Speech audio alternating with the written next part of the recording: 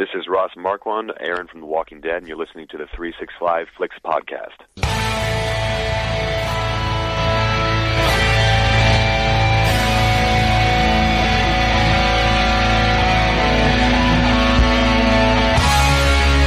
Geek Speak, the definitive 365 cut.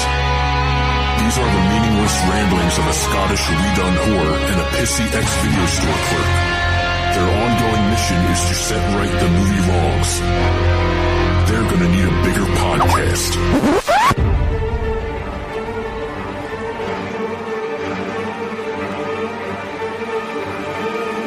The monsters will come, the ones out there, and you won't be able to run away when they come for you. And they will tear you apart and eat you up all while you're still alive. All while you can still feel it.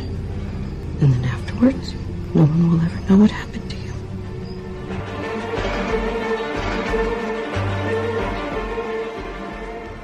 Hello everyone and welcome to episode 34 of the 365Flicks podcast. Yeah, you seem to struggle with that. Yeah, you know, we're getting higher in the numbers. I mean, we're not exactly in the hundreds yet, like some people, but you know, we can't all be whores.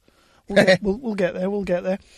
This is episode 34. It was supposed to be a Talking Heads episode that we do on the Blabs. However, we've had quite a busy week, if anything. Right, we have. It's been a week. It has been a week, and I think it was we had to forgo the Blabs so we could bring this. Well, we've got quite a lot to speak about tonight, so bear with us. I'd just like to start off just briefly because we'll get to it in a minute or two. But from the intro that you played there, Carol, yeah, Carol. What is going on there? God damn it! I am not happy at all. I didn't know how to take it. I still don't know how to take it. And we will get there in a little bit because that is going to be part of the episode. We're not doing Talking Heads on the Blab this week. We're bringing you a big bumper episode, a normal 365 episodes. We will throw the Talking Heads in a little bit later and we will talk about the episode 14 of season 6, which was fucking damn it. You know, personally, I'm just going to say it right now, 5 for 5. Yes. That's, you know, I definitely cannot believe what is going on. We keep saying it, Hayes keeps saying it on the Blabs. It's like night and day. It was unbelievable. Mm-hmm. I mean, it was a great episode, but I'm not happy. No, we can't be happy with everything, but... Yeah, no, I'm not saying like I'm pissed off or anything. I'm saying I'm not happy.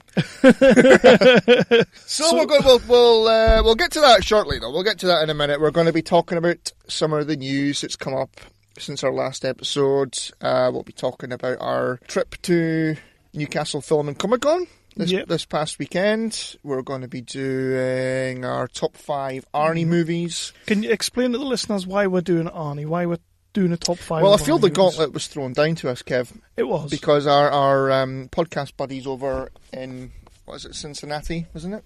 Somewhere over there. Somewhere in America. Yeah, somewhere in America. They're stealing one of ours. Yep. They're doing top 5 Michael Caine tonight. Yep. So we kind of went, fuck you guys, we're having one of yours. So we're doing top 5 Arnie flicks. Yep, we basically, we looked at what we thought was the top of top caliber American actors. And obviously Arnie's right at the top, so you got to do Arnie. Most of the best actors are British. Yep. I mean, we did invent acting. So. Well, we did. It was a bit of a struggle, really. But Arnie, we're doing Arnie. We're doing it. Plus, it kind of sort of a little bit ties in with the Comic-Con. It does, because we're going to be having a few cheeky interviews for you guys to listen to, which we'll get to when we speak about Newcastle Film and Comic-Con. We got some nice interviews this weekend, so we've got 3 of them to let you listen to later on. That was cool. Got some cheeky chats. We did. Which was awesome, and we'll talk about it all later on. But yeah, we're going to start off with the news, and then we'll move into the Comic-Con thing, and then we'll make up the rest as we go. Yeah. Just figure out where we're going to put things in there. I mean, you do have a cheeky movie review to be thrown in. I do. Your forfeit for losing the 365Flicks championship belt. Yep, so anybody who follows us on the Facebooks will know that last night I watched Turbo Kid, which was my forfeit for not winning the 365Flicks It's not title. much of a forfeit, to be fair. It bloody well is. It's not. It is. It's not. It was atrocious. Okay. but we'll get there. Yes, we fucking will. We will get there. But first, if you're listening to us right now, you're probably listening to us on iTunes. If you are, hit that rate and review button. Give us a nice little 3 to 5 star rating. I feel is quite fair. Or 5 star.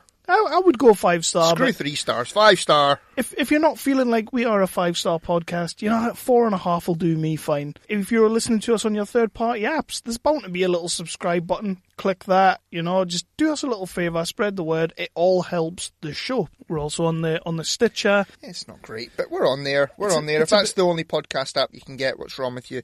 You must be on a Windows 8 phone. Yeah. Then, by all means, listen to us on the Stitcher.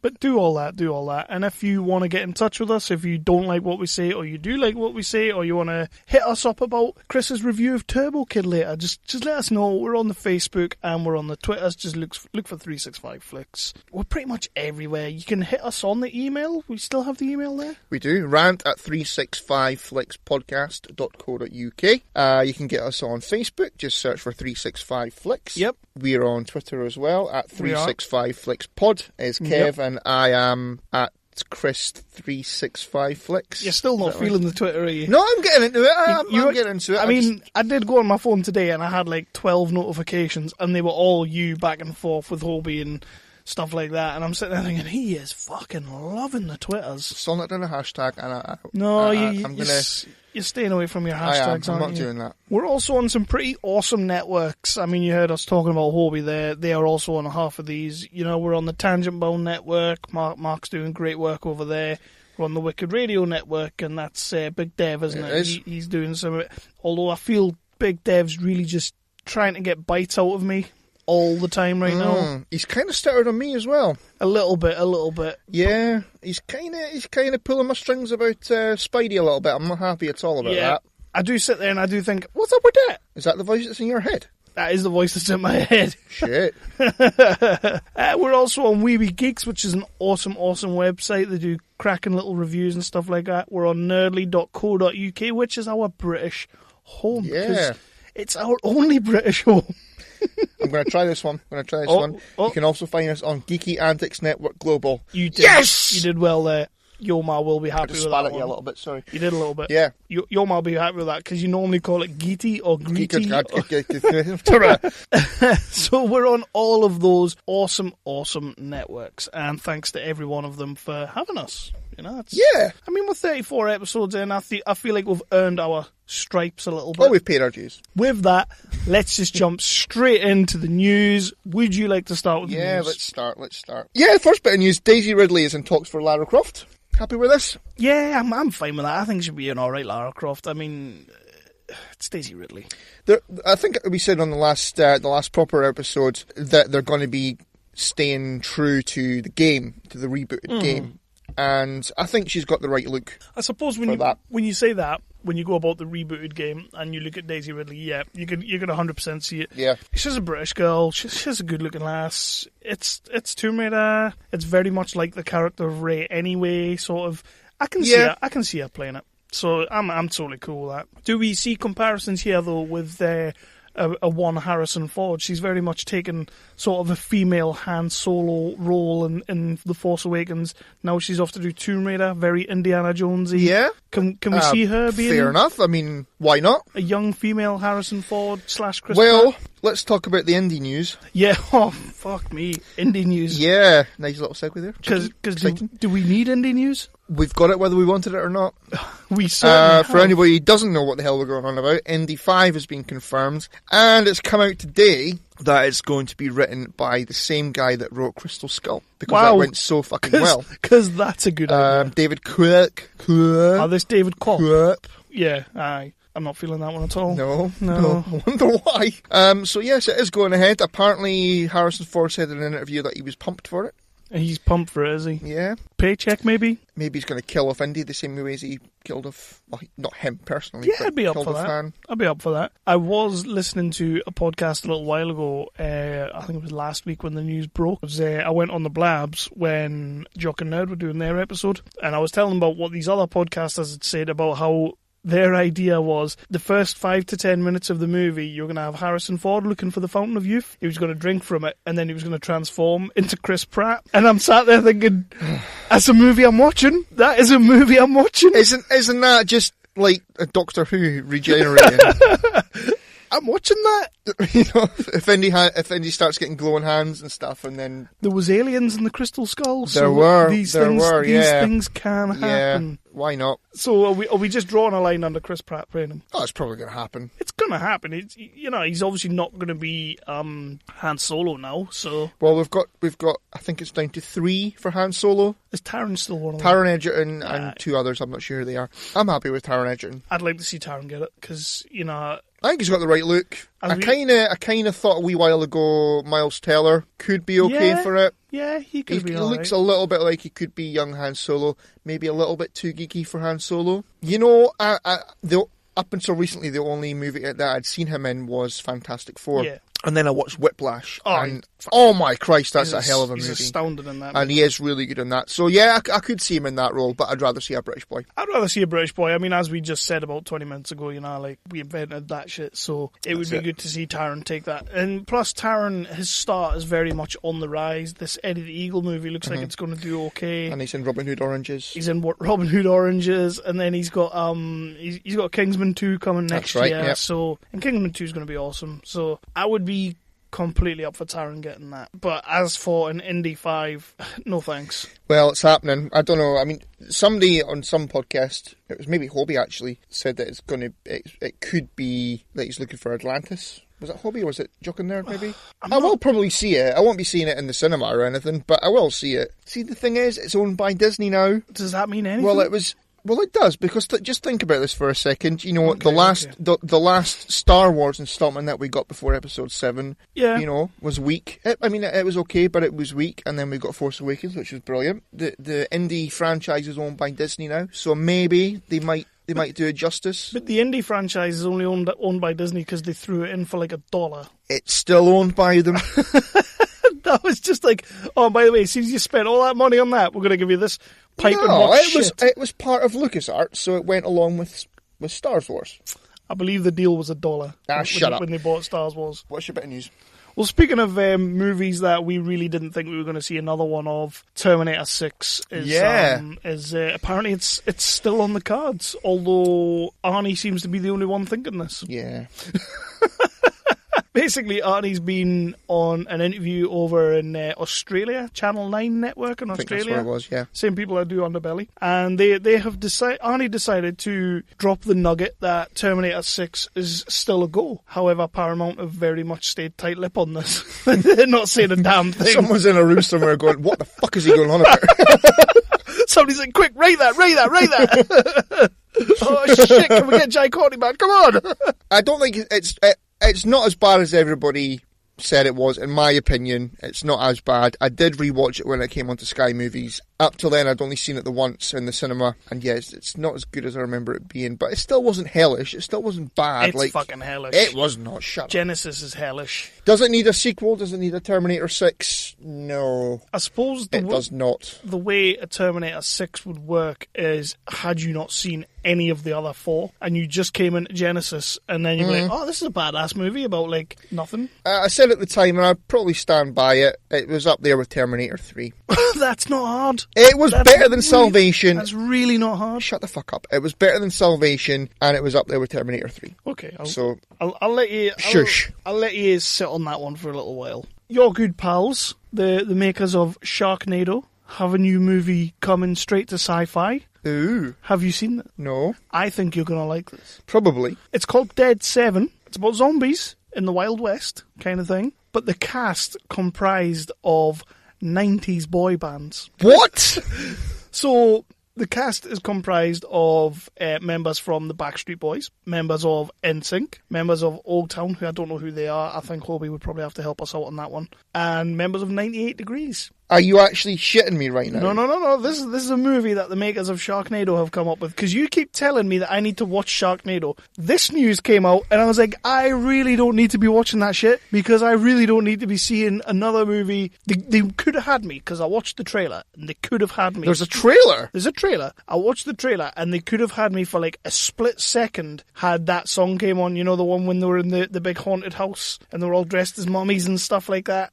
Oh man, the Backstreet Boys were awesome back in the day. Holy shit. But this movie, Dead 7, it's coming, I think it's like April. This year? Yeah. It's coming this year? Wow. Oh, it's coming this year. They basically got them together and filmed it in like 3 days. Because it's a sci-fi movie, so you don't need, there's no budget needed. You just put them in cowboy outfits and get them to fight zombies. So yeah, that's your next kind of Sharknado thing. They'll probably make about 10 of these movies as well, and you will probably watch every one of them the night they air. I'll watch it. I'll watch Sharknado. I'll watch Sharknado the night it airs, so I'm not embarrassed by this.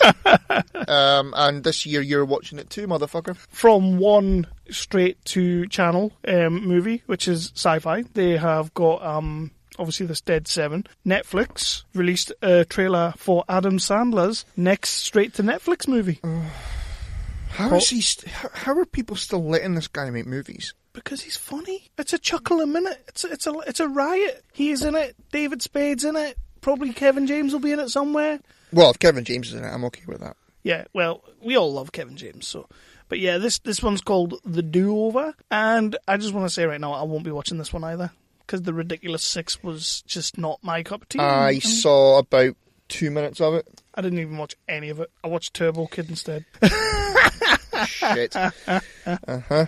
So yeah. So we're going to keep an eye out for that on Netflix, are we? Yeah, so Sandler's made his second of 4 Netflix movies now. So he's got 2 more after this. Some bright smackhead bloody bright spark must be rubbing his hands because of that. Jesus Christ. Well, I heard, and this is just a rumour, this is like allegedly, because you know that's my catchphrase now, but I think Amy Pascal's running Netflix now. It's the only coked out idiot I could think of. Allegedly. Allegedly.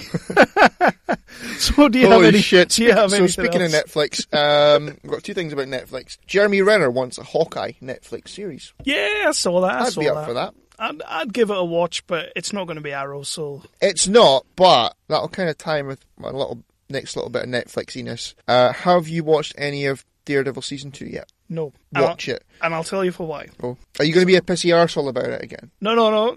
I mean, I'm being a little bit pissy, but my internet has been an absolute bastard for the last couple of weeks. Right. And for some reason, my smart TV will not connect to Netflix right now, it's absolutely destroying me, doing a number on me. Driving you crazy. I ain't going to watch a TV show like that on my laptop or on No, you need it on your TV. So fair enough. I'll let you off with that one. I will catch up with it. What I did do, though, because I've got no patience, as you know, as everybody knows, on YouTube, somebody did put the hallway scene from episode 3 on YouTube. The staircase and that, yeah. Yep, and I did watch it, and I sat there going, holy fucking shit. So as soon as my Netflix starts working, it's getting watched. Yeah. I think I am 4 episodes in. Has it turned a corner? I know you loved the first series, but the first series for me was so monotonous and boring, and it just didn't do anything for me. Well, for me, it's better than the first series, but I loved the first series anyway. But I read somewhere that the second series just pretty much comes out the gate and just doesn't really stop for a while. We'll not do any spoilers whatsoever. No. I'm only 4 episodes in. John Bernthal as the Punisher is fantastic. We said that all along. We did. Holy shit. Shane is the Punisher. And there is some brutal ass shit in this season as well. I saw a bit when he was in like a prison. He was in like Aye, now I've not watched that because that's further on than I am. Way further in. Paul Trotter shared that on my Facebook the other day. I was like, Nyeh! Yeah, I did watch that, and I kind of went, woo. But oh my god, he's great as the Punisher. He really is. And there was a scene where Daredevil and the Punisher are kind of having quite a lot of dialogue on top of a roof. I'll not tell you for why, but just... Is he for throwing him off? Is he after throwing him off? Is it speaking to Devon Murray has kind of made you go all Irish? Is that what it is? Sure, is he after throwing him off the roof? Is he for throwing him off the roof? Sure he is. How are you? Right. But yeah, I mean, as soon as you get your internet working again, mate, watch it because it's great. I'm going to watch a couple more episodes tomorrow night. I will once the internet's working again. But it is brutal as hell. I think it's even more brutal than the first season. I think it has to be. It does have to be if you've got the Punisher in there. Exactly, you bring in a Punisher and it can't be Flash. It's got to be something. This is very true. So what else you got? I have one last thing, but before we go there, do you have anything else? I do. Okay. The first thing I've got is I've got a couple other things. Have you seen the Flash Supergirl crossover trailer? No. It looks all right. I'm not gonna say no to the Flash Supergirl crossover, but I don't think Flash needs it. I think Supergirl probably does need it, but I don't think Flash needs it. No. But I'm not going to say no to it. I'm still going to watch it. I've not been watching Supergirl, but I will watch that. I have been watching Supergirl. It's not back on Sky Atlantic yet. Bloody well shocker. But I am going to watch it when it comes back. I was enjoying it before it went for the mid-season break. I know that there's a lot of hate towards it, but I think I'm going to be quite smug when people start watching it. You're going to be sitting there with a shit-eating grin. I'm going to be a right cocky cock about it. The other bit, I've got a little bit of a theory here. Now, yeah, aye, brace yourself. We like theories. There is a show on BBC Two at the moment called The Night Manager. Have you heard of this or watched it? I believe I've heard of it, not watched it. It's got Tom Hiddleston in it and Hugh Laurie and a couple of other people. Yes. Now, it's kind of spy-y and secret agenty and... Is it not by the same people that did Tinker Tailor? Is it got the same sort of writers or something? I don't know.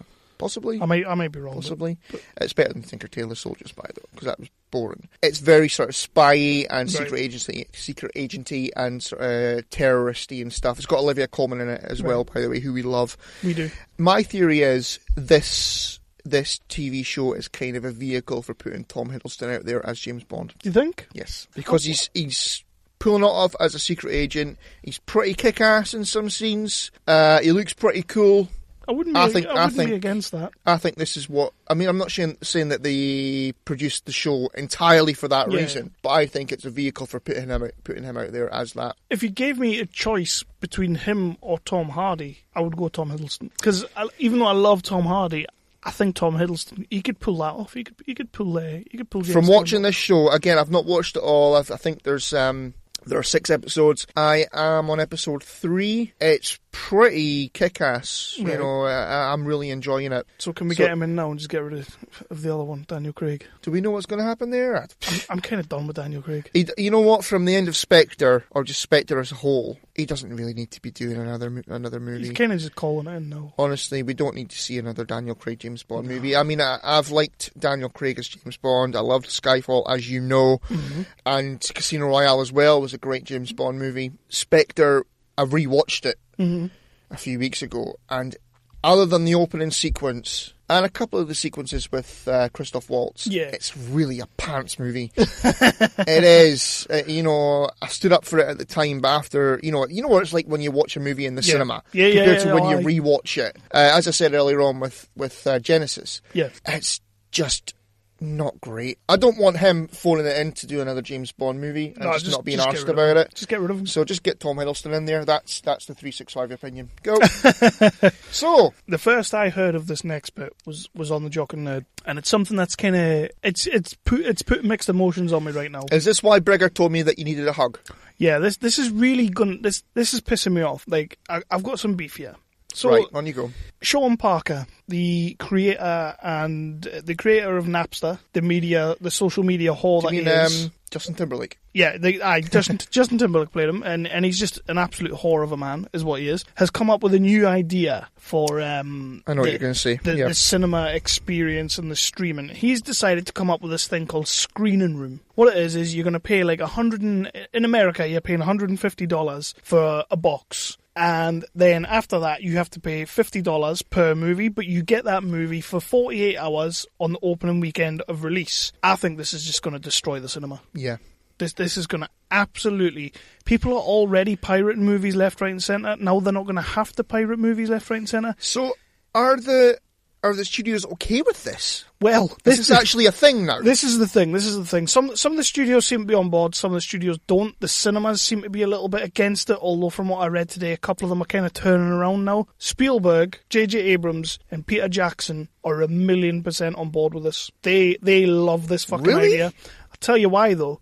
Because Spielberg and J.J. Abrams have shares in this fucking idea. Like, it's partly their baby in a way. But they're so on board with this, and I don't fucking know why. Because J.J. Abrams was the man who, a couple of weeks back, said, if you're going to watch The Force Awakens, it's got to be watched in the cinema. You can't watch it on your phone. You can't watch it on your laptop. Yeah, he did. So why is the fucking man want it? I don't get this, and it's gonna cripple it. It's gonna kill the cinema experience. Would it not still count towards take-ins and what have you, or? Well, supposedly part of the $50 that, again, that's the American. I think we'll be like £35 a film or something. like that. £40, yeah. Part of that.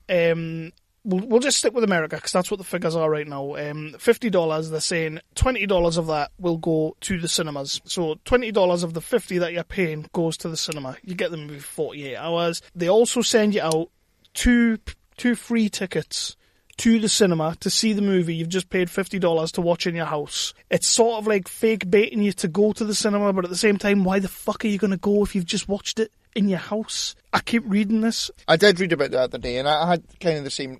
Didn't get worked up about it as you have, but it might be a knee-jerk reaction, but this is so. Oh man, I'm not happy with this. I'm really not happy with it. I can tell. Christopher Nolan so far I think he's like the first person who's like first director of any sort of caliber who's come out and he's openly like 1,000,000% against. He's like, you're going to destroy the cinema experience. You're going to destroy the cinema. Last year, 2015 was probably, I think it was the biggest year in the cinema. Yeah, you said that when we did our 2015 review kind of thing. The cinemas made about $5 billion last year. Yeah, of course, $1 billion of that was Star Wars. They made about $5 billion last year, if not more. But here's the thing: if you can do this and you can get, say, Batman vs Superman, for $50, right? Whereas we're seeing it on Friday morning, and we're paying £11.50 each, which is what, about $20, say. Yep. If you can get that for $50 and say to 10 of your mates, give me like $5 each, and that'll pay for it. Have you seen the size of my living room? Okay, not your living room. Okay, my living room. I'm not.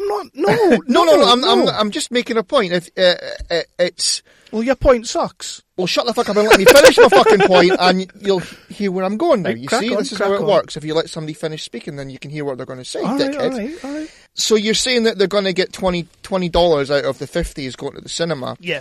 If 10 people paid £11.50 or $20, 10 people have paid $20, then that's $200, not fucking 20. Yeah, so you're making a killing. You are destroying the. Well, of course you are. Like that's 10 people who would not go to see the cinema now. Exactly. And I watched. I'm on your side. I was agreeing with you. Well, all right. It just sounded like you weren't for a minute. You jumpy fuck. Well, there was an interview on YouTube with Taron Egerton and Hugh Jackman for Eddie the Eagle. And obviously the interviewer, it's a hot topic right now. The interviewer brings it up, and Taron Egerton straight away jumps on it, and he's like, I can see what they're thinking, and he's like, but it's going to kill it. He's like, it's going to destroy things. And Hugh Jackman's sitting there, sort of argument for the defense and all that, because of course he wants to make movies with Spielberg and that, so he's still going to be on their side. But Jackman's sitting there, and he's gone, and I get what he's saying. He's like, not everybody can afford to go to the cinema. Some people have got kids, they can't get babysitters, you've got to pay for babysitters, and then you go out, you've got to go for a meal because you make it an event. But then he also, in the same sentence, says that's why we have to make the movie so that they want to go to the cinema. We have to put in that performance. But that's it. I mean, that's the thing as well. You know, when we went to see The Force Awakens, for example, that was going to the cinema and having a drink beforehand at the bar, and having Kylo Ren scare the crap out of Paul. That was awesome. That was awesome. And then going at this packed. Atmospheric as hell cinema where everybody was pumped and excited to see this movie. Everybody.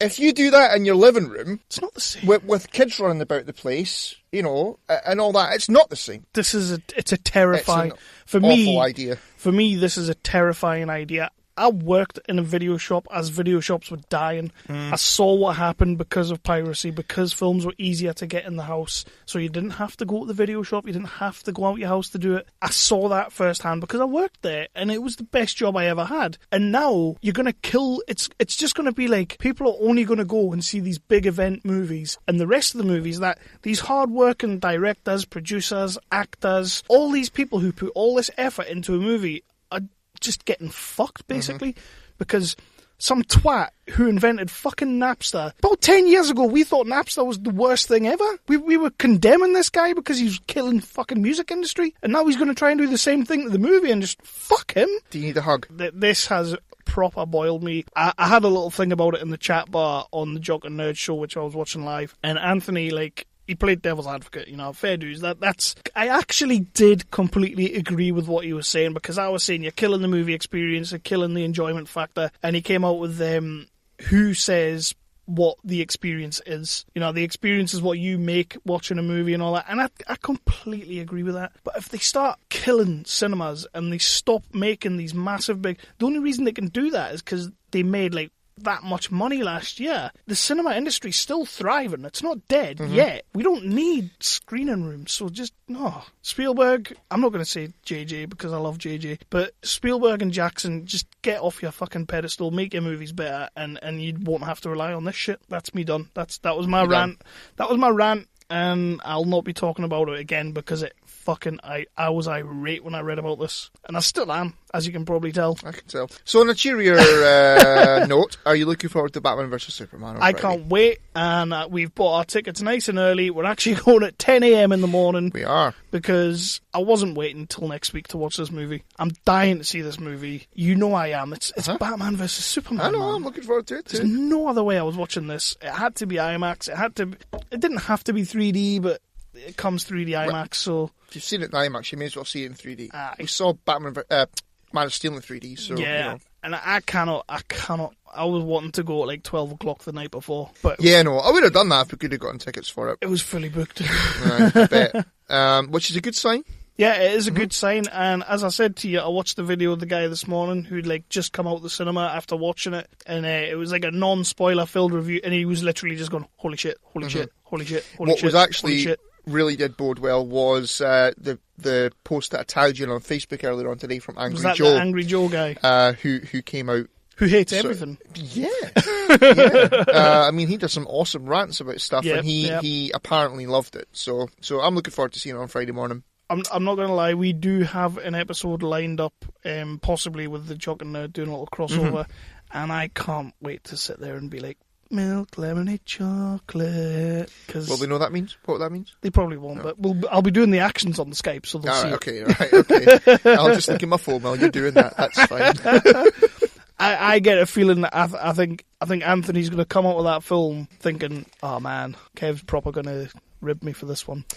Because I think he's going to love it. I think everybody's going to love it. This movie... Well, you know, we both... I know I like to take the piss about it, just as you do with Marvel. You know, not that long ago, we both stood up for Man of Steel on the Jock and Nerd crossover episode, and I meant every word of it. I am looking forward to seeing Batman vs Superman. Can't wait. I've got a few sort of niggles with the trailer, as you know, which we'll not mention but again. That's fine. Yeah, I'm looking forward to Friday.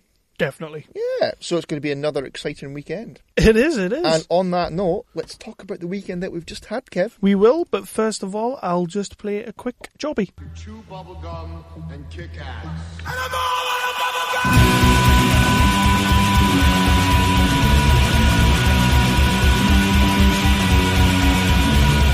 Astro Radio Z is a horror, cult, exploitation film podcast hosted by me, Derek Carey. I was one of those monster kids growing up. The one that used to sit in the back end of that video store and scour over every single last film cover you saw back there. From the slashers to the monsters to the sleazy stuff. Yeah, I was freaking obsessed. And I still am. So much so I became a filmmaker myself. Now I bring on all my filmmaker friends, critics, musicians, and any other fans of the dark arts, which are horror, exploitation, and cult film. Are you one of these people? Then tune in and listen to my show, Astro Radio Z. Love that promo. It's still one of my favourites. And the best of it is, whenever I play that promo, I still have Rug Boy sitting there banging my head, because that was the first time we met him, and that was awesome. He went full Aldi on that one, like. He did. And I still do. So, we were at Comic-Con. We've had a week. We were at Newcastle Film and Comic-Con last weekend. Yep. Again, it was a fantastic experience, as it was the It time was. before that and the time before that. We've got the next one coming up in August in Glasgow, which we can't wait for. Yeah, we've got some people going. So we got to do some interviews. Yeah. As we said before, the first one didn't work out too well, but these things happen. So we got some interviews with, the first one was with Devon Murray, who plays Sheamus Finnegan on Harry Potter. Which I think for you was just like a dream come true. Oh, yeah. Like I did see you with like a little half chub. You were excited to be speaking to him. I was excited to be speaking to him. I saw your wand. Shut the fuck up. Speaking of wands, how funny was that? Oh yeah. Just before we talk about the Devon Murray interview anymore, we were listening to one of the talks, because there are free talks at these events, which are awesome. It was coming to the end of one of the talks, or it had finished actually. Yeah, it just finished. There were two young lads sat in the chairs directly in front of Kev and I. One of them had a Harry Potter wand. I think it was actually the Harry Potter talk, because I saw him doing a swish and flick with the wand a few times. When the talk ended and everybody was going out, he decided that he was going to be a little bit cocky about it. He was going to climb down the seats rather than do what a normal person does, and he kind of fell on his arse and folded himself up. And so his feet were on the back of the seat in front of him, and his arms were on his old seat. His mate was sat there pissing himself laughing, as were we. His mate was fully sympathetic. I don't know, was it his mate or his brother? I don't really know. I think it was his mate. I did at that point kind of rub it in a little bit, or a lot. I think everybody was a little bit. Yeah, I think I said to his mate, you have to make sure you never ever let him forget that moment. And I don't think he will. No, I don't think he will either, because of what happened after that. But then we realised. Because, and this is what made me feel like a bit of an asshole, is he looked on the floor and his Harry Potter wand was broken. Yep, his wand was broken. But, have you seen the movies? These things happen. These things do happen, especially with Sheamus as well. So Exactly. Yeah. But I did feel like a bit of a prick for laughing at that, but then, it was very, very funny. It was very funny. But last weekend, as Chris says, we were at Newcastle Film and Comic-Con. It was a Showmasters event. We managed to blag ourselves a couple of passes again, a couple of press passes again, which was awesome. You would have heard on episode 33 and 33.5 that we'd already did the phone interview with the Walking Dead guy, Ross, which was awesome. Yeah, we also got to meet him again, which was actually just after it had gone wrong with Camille. We wanted to end on a high, because we were both a bit sick at that point, if truth be told, and ready for a beer. Very much so. But we kind of decided, right, if we leave it like that, we're just going to be pissed off and just not want to come back again. So we went up to just sort of say hello and shake his hand and say, thank you again for being so kind as to come on the show. And he's such a gentleman. He's such a good guy. He was. And so we got a nice cheeky we got another autograph for him, where he sort of, what was it you said? Thank you for letting me appear on your show. Yep, which is cool. It was cool. And we were stood speaking to him for a good 10-15 minutes, I think. Yeah, he was giving us the time. Got our photo taken, which Kev made a funny face, bless him. Yeah, why do I always do this? I don't know, you look like a special needs in it. I always pull faces, and I hate the fact that I always pull faces. But then I was smiling normally, and then I looked at the photo and I thought, is that my smile? Maybe it was just because am I like Shawn Michaels? I need to go and find my smile. I think you do, yeah. Dear me. Wow.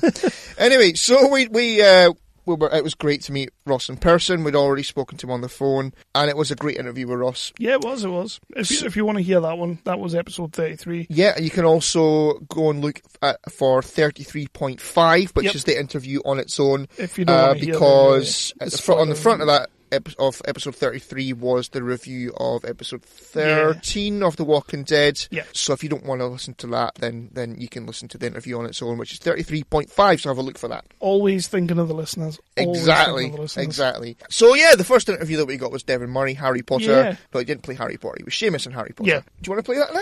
I'll just play that and then we'll come back and we'll talk about the talks a little bit. About movies and TV shows, comic books and all of that kind of thing.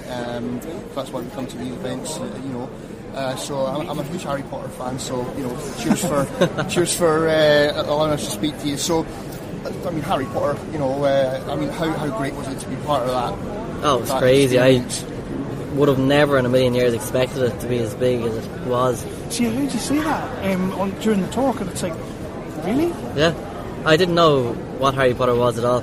I'd never heard of the books. No. So it was nothing to me, really. Yeah. And then started filming, and all of a sudden I'm in these big, huge, crazy sets. And you start thinking, alright, this is going to be a big movie. I didn't realise how big it would have been to all the fans and everything like that. But then, obviously, it was just insane. Yeah. Plus, I suppose it was all still quite young at the time when you just kind of started. Yeah, I was 11, I think, when I started. I was 22 when I finished. Wow. So half of my lifetime was spent on the Harry Potter sets by the time I finished. It's not a bad place to spend. No, definitely not. I could have been an awful lot worse. Oh, definitely. So, I mean, they're doing The Cursed Child. Are they bringing any of the original cast back for that at all? Or? Not that I've heard. No. It's a stage show only, isn't it? They're not doing a movie. Yeah, just stage. Yeah. So would you go back to playing Sheamus? I'd love to get another chance playing Sheamus, yeah. He was a cool character. He was. I would have liked to have seen him doing maybe a little bit more and a bit more, like, I think there's a bit more to him. I would have loved to hit more the comedy side of him. Yeah. Like, he was meant to be terrible, absolutely terrible on his broomstick, but he thought he was like the next big thing. He was like the David Beckham of I'm actually I'm rewatching them just now because my daughter's 8 years old. She's just she started reading the books. So the deal was, you read a book, you get to watch one of the films. So I'm rewatching it, and you were pretty bad on the broomstick, like. But she wanted me, and obviously you just answered that a second ago. She kind of wanted me to ask you if you had read the books. If you hadn't before, have you read them now? Or? Yeah, I started reading them a couple of months after we finished filming the last movie. That was just her question, so I had to throw that in. Yeah, no, I started reading them then, and I think I've read up to the 5th book so far, and I have the other books there, but I can't open them because some of them are the first edition ones. Right. And I'm like, I'm not going to open those and start bending all the pages. Because eBay. No, I give away pretty much everything that I've ever had. I always give everything away for charities and stuff. So I have all the signed books. I think I have 2 or 3 copies of all of them. And I've one special edition, the first edition ones. So I keep those just for myself.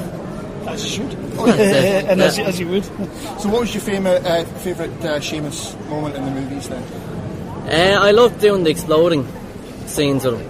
Like, they were fun. They were scary in the beginning because the very first one was in Flitwick's class, doing the levitation. And I remember that, yeah. The bulbs that they had to use are like 25 years old or something silly like that. And they're the old bulbs that you'd use for taking photographs. Yeah. So the one flash. So we had like 20 or 30 of them all in a box. And I'd go say my line and then it would blow up. But what was happening is, with there being so many, with it being so hot, they started to crack and splinter off. So you kind of had to start dodging them. And then I started expecting it. So I'm going, Wingardium Leviosa. And I go, Wingardium Leviosa. Terrified. So Chris just said, look, we'll do it probably 20, 30, 40 times.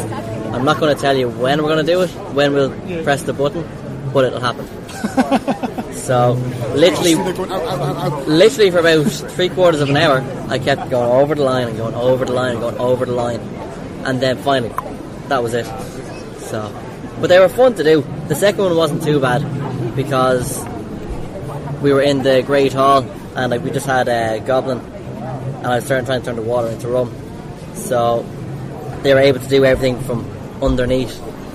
So it wasn't too bad, and there wasn't that big, huge explosion. It was just a puff. Yeah.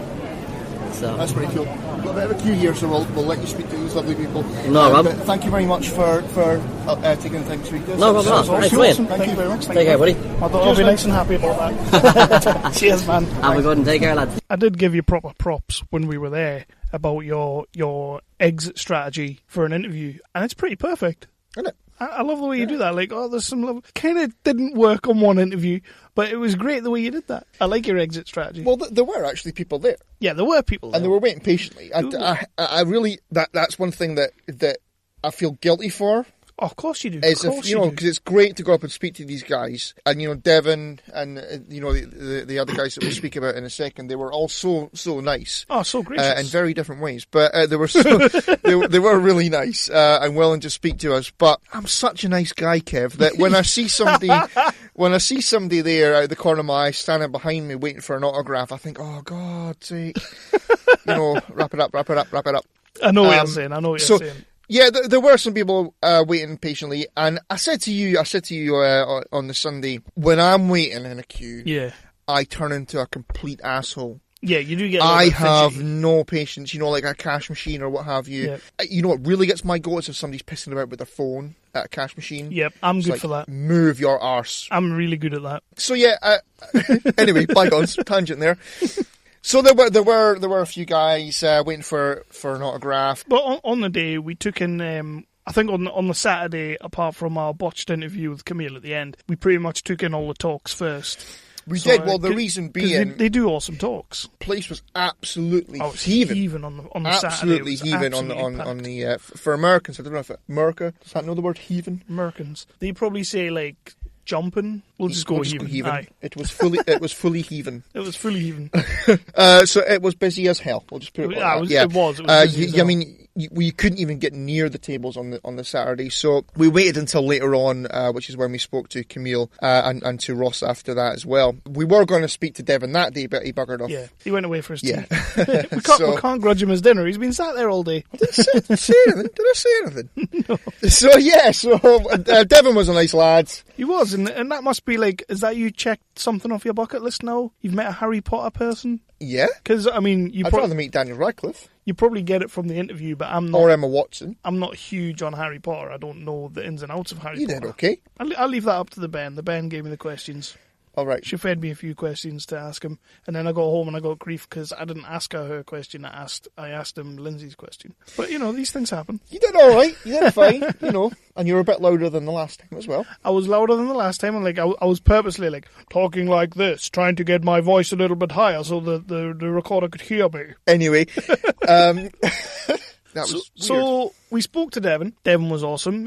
Plays Sheamus in Harry Potter, wherever that is. And then we went to speak to another one of your bucket lists, somebody from Doctor Who. Yeah. But it turned out he was also somebody that I would have on my bucket list. So, well, yeah, we went to see the talk first, and yeah, it was Ian McNiece, who is just an amazing actor. I've seen him in a lot of different roles. He's been in everything. He has been in a lot of movies. He's literally been in everything. Well, he's not literally been in everything, has he? That's just stupid. He's been in a lot of different movies, a lot of different TV shows. He's worked with a hell of a lot of talented people, and he was another absolute gentleman. And we listened to him do his talk, and somebody at the back of us asked, what was your favourite movie? Yep. And you did a little jump in your chair. I did a little fist pump. When his answer was... Ace Ventura When Nature Calls. Yeah. Because who doesn't love that movie? Oh, yeah, I love that movie. This dude worked with fucking Jim Carrey. That was the thing. When obviously you have a look at the list of who's going, and obviously we were kind of like, I would love to speak to that guy, I would love to speak to her, I would love to speak to him, and it was like, his name just kind of jumped out to me because... Obviously, even though I don't watch Doctor Who, I knew he'd played Winston Churchill, so It's like, that's a role that you're going to want to speak to him. Because you can't play Winston Churchill without really getting into it. But then, when I went to his IMDb page, and the picture was like a younger picture, and straight away I was like, oh my god, he was in Ace Ventura! So it was like, yeah, I'm speaking to this guy, as soon as I saw that he was there, oh yeah, I mean... He does a great job as Winston Churchill in Doctor Who. And Ace Ventura as well. I'm a big fan of Ace Ventura too. So, yeah. Thank you very much for taking the time to have a chat with us today. So how are you finding Newcastle? Newcastle is great. I used to come here when I worked with the RSC. We used to come and take all our shows here. We'd come for about 6 weeks and do some, maybe 2 weeks maybe. It was a week or two in the Theatre Royal with the big shows, and then in a smaller venue we'd go elsewhere. So I was very fond of Newcastle. when we did it. I think I did it 3 years running. I used to come up, I loved it. Excellent. So we listened to your talk earlier on there. Oh yeah. So you mentioned your time on stage. So what's your favourite experience of working on stage? Working on stage, well, I have to say, I've done something recently that I really enjoyed, which was I worked at the Globe Theatre in London, which is rather like, if you've ever seen Shakespeare in Love, the movie, that theatre in there is similar to the Globe Theatre. It's a recreation of Shakespeare's theatre. So there's all this business of the groundling where all the people stand and watch the play. They only pay £5 to come and see the show. And then all the other seats are done in a sort of semicircle, and then it's all open to the sky above. And I did Henry VIII there, where I played Cardinal Wolsey, which is a wonderful role. It's all about his downfall in the play. And there was this one evening where I'd come right down to the middle of the auditorium. I was standing on a gantry that went out from the main stage, talking about my downfall in the play, and I realised that there was this chuckle going on, and behind me, I looked behind, there was a blackbird sitting on the throne with a big black beak, and they were all laughing at this bird, and so, oh, goodness me, so I walked back upstage, and the bird was looking at me, and I was looking at the bird, and then it suddenly flew up into the rafters of the theatre.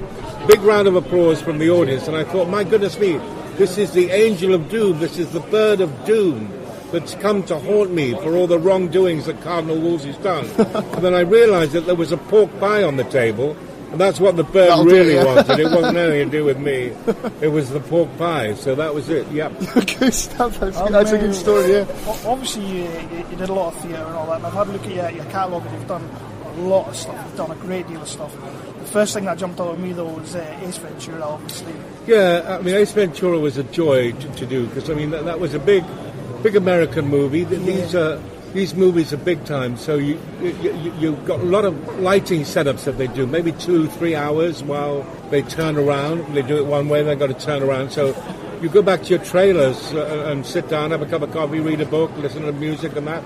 But not Jim Carrey. Jim Carrey stays on the set where they're doing all the work, and he entertains the troops. I mean, he'll do stand-up, he'll do funny walks, he'll do songs, he'll do this or that, and it's like he's an entertainer, so he has to entertain. And he entertains 24 hours a day. Yeah. You can't get over it. It's like, it's manic. It's absolutely manic. And so I work with him for 4 months every single day, and I can honestly say I've got no idea what he's like as a person, because it's all a front, a marvellous front, a very funny front, but you don't get to see what the real person. Wow! So would you go back and do Ace Ventura 3 if they were to make it? You know what? I think he's had so much money. I think he wouldn't want to do any more Ace Venturas because it's such a lot of work. It's such a lot of hard work. It does I think the days of his Ace Ventura are gone, quite frankly. He does seem to be moving more into a serious sort of role. Oh yeah, and who can blame him, really? Like I said earlier on, I mean, the guy was phenomenal because, I mean, while we were working on Ace Ventura, he got cast as the first person in America to be paid $20 million for a movie. He got it for Cable Guy. And then, of course, everybody followed suit. You know, the John Travoltas, the Tom Hanks, the Cruises, they all had to be paid, $20 million a movie. And everybody else's salary went swinging down. They were all took a terrible dive because these guys were now on such a astronomical amount of money. No, it was... And I asked him, because it happened when we were doing on the movie, I said, Jim, what is it like, working, on a movie to get $20 million for that? And he said, you know what, Ian? He said, it's like getting a golden birthday cake every day of the year. So, and it's absolutely true. That's what it was like. You mentioned Tom Cruise. Obviously, you were in the fantastic Valkyrie. It was an awesome movie. So what was it like working on set with... I mean, obviously it wasn't just Tom Cruise, there was a great cast in there. It was a great cast, and it was a phenomenal cast, because we did all sorts of...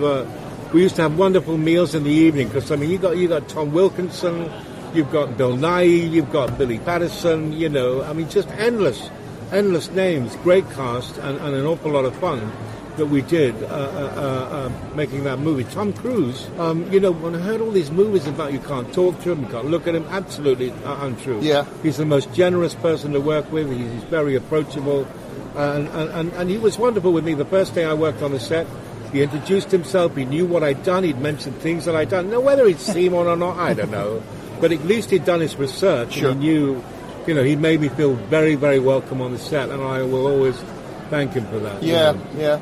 Doctor Who. I mean, I'm a huge Doctor Who fan. I love Hughes Winston Churchill in Doctor Who. So, what was it like working with Matt Smith and Karen Gillan? Matt Smith. It was only like the second show he'd done as a Doctor, so he was still finding his feet. He was trying to, he's trying to various ways. He was a very inventive actor and very imaginative. And he was always constantly coming up with new ideas to do things where it was always changing. And Karen Gillan, well, her legs go all the way up. I tell you that, she's absolutely gorgeous. There was a very funny time. There was one morning we came and he told me that he'd made a phone call to Karen Gillan the night before. He said, Karen, change over to BBC 2 now. God, it's McNiece. He's in Ace Ventura 2. Look. And the next day I came in and they went, oh, we got a movie star on the set today. Mr. McNiece from Ace Ventura, everybody. So that was very sweet that he mentioned that, which is great. I've got to be honest, I was almost the same when we were looking at the lineup, and I recognised it straight away. I was saying to Chris, I was like, Ace Ventura. Yeah. Do you know what? I mean, I could have done all the Shakespeare plays in the world. I could have done all the classy television, but my kids, when I told them I was going to make a movie with Jim Carrey, they'd have died and gone to heaven. They couldn't believe it, and they all came to visit me on the set.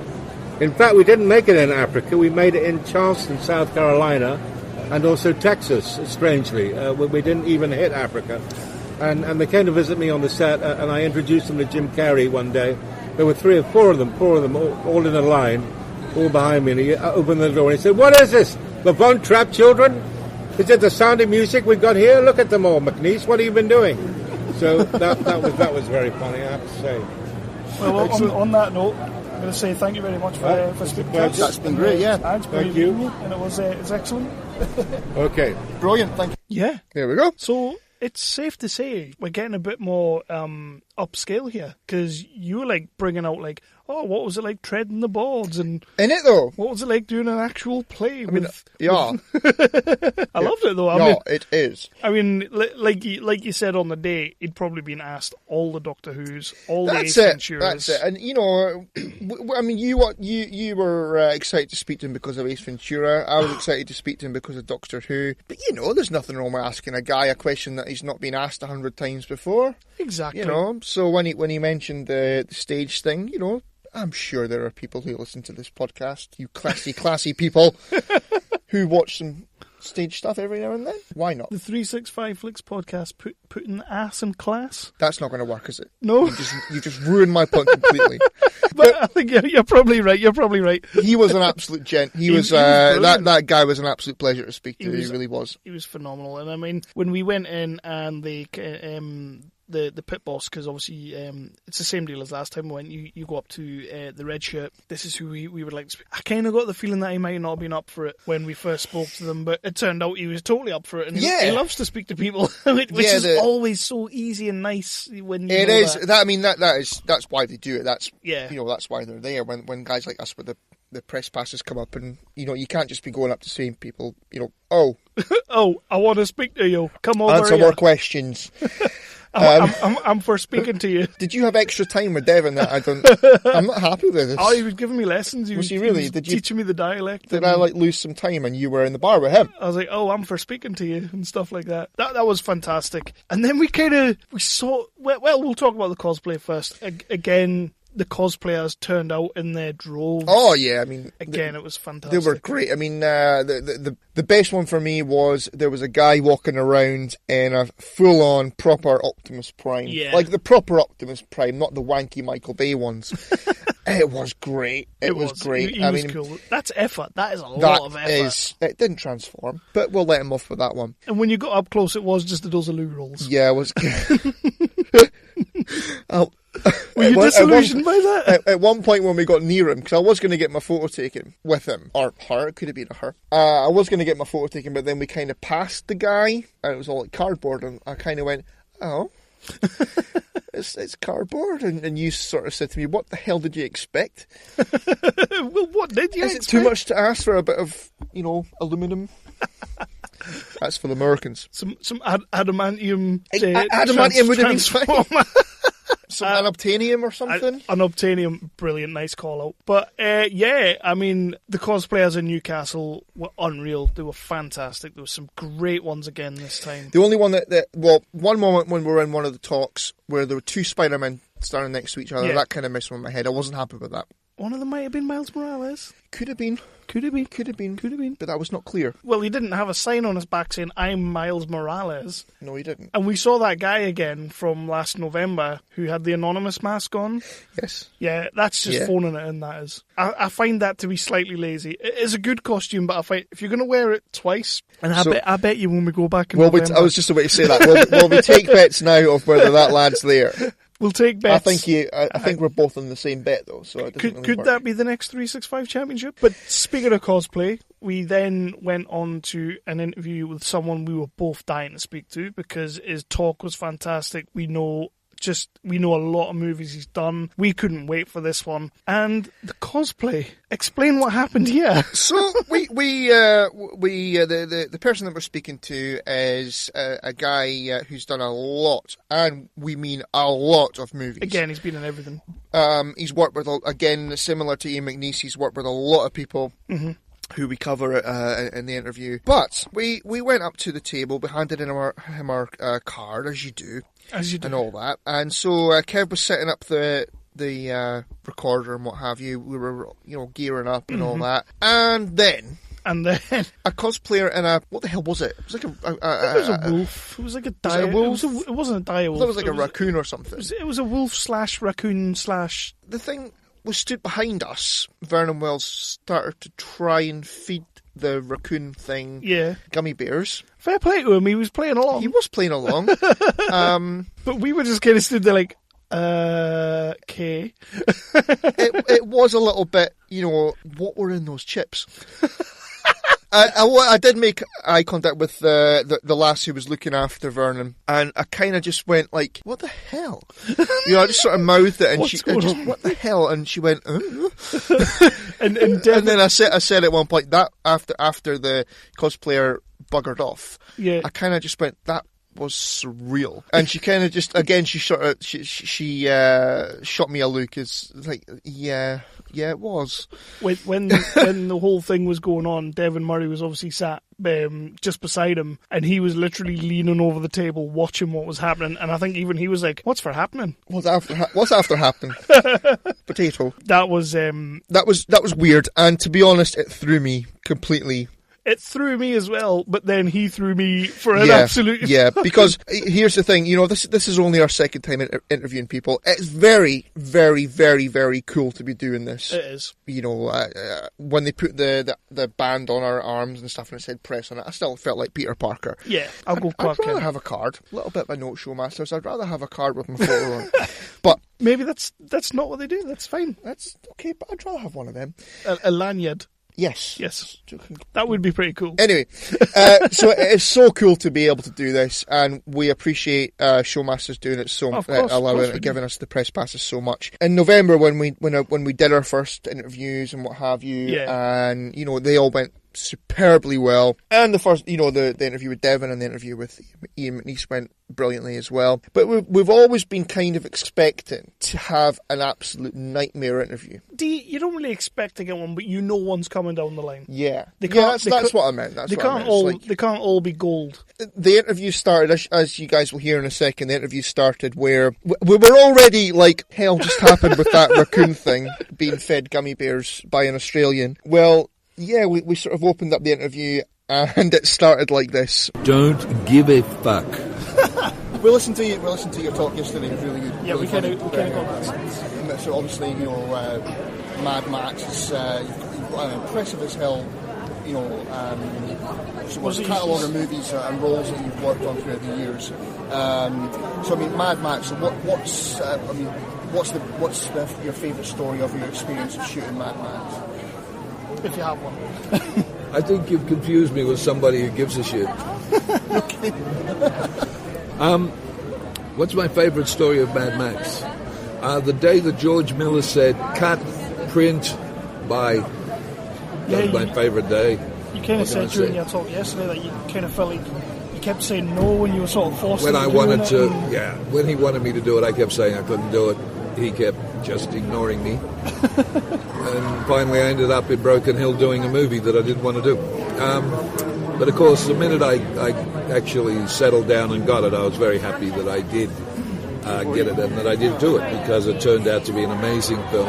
It still is. I think it's actually more relevant now in the situation we live in the world as it is today than it was when we did it then. Yeah. Then it was like a science fiction, apocalyptic movie that was set in the future.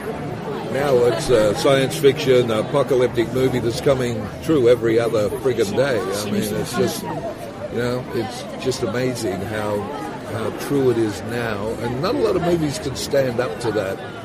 And I think also it's the kind of film you can watch at any given time, whether it was when it was made or now, and it's just as good because it doesn't have a dateline. You can't look at it and go, oh yes, well that was set in the 40s or something. It's just dateless.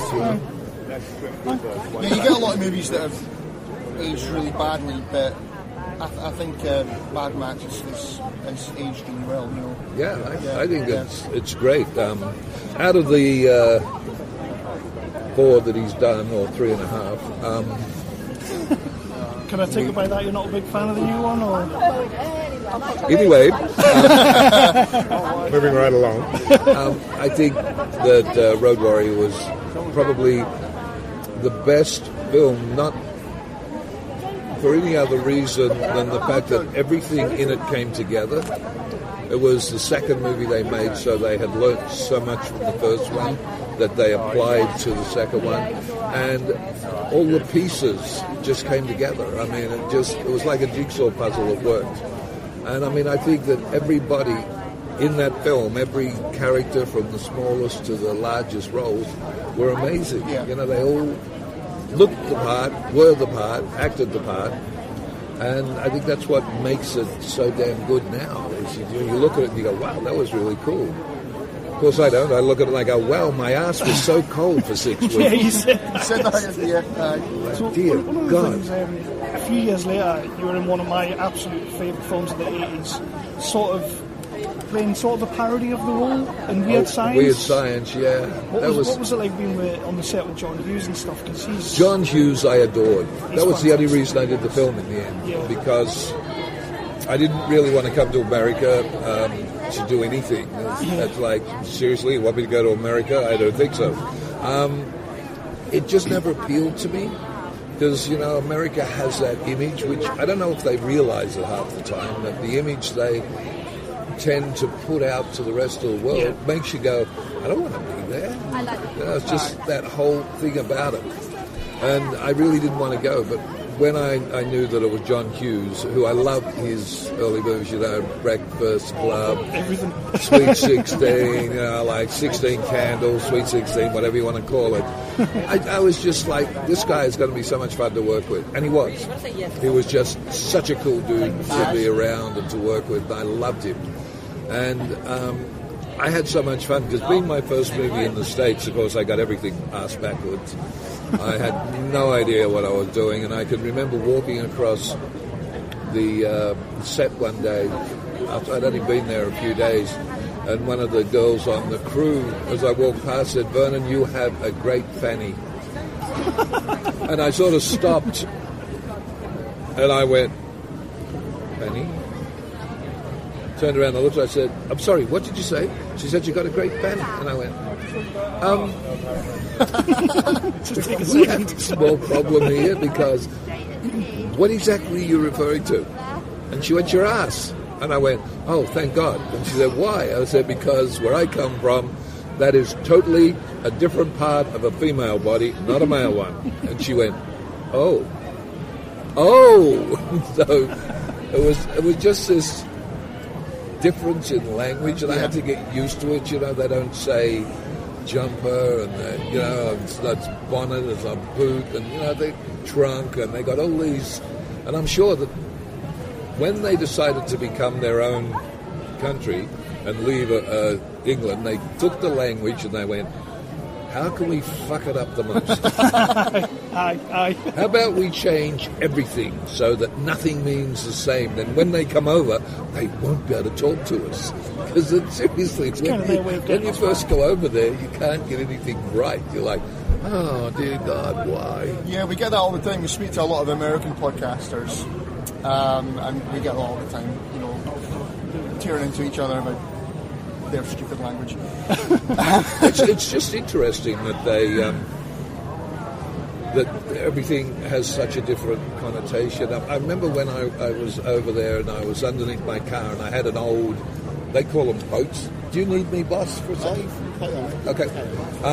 We used to call them boats. It was a big Lincoln, you know, like an old 49, 48 Lincoln, like 300 feet wide, 600 feet long, you know, looked like a bloody boat.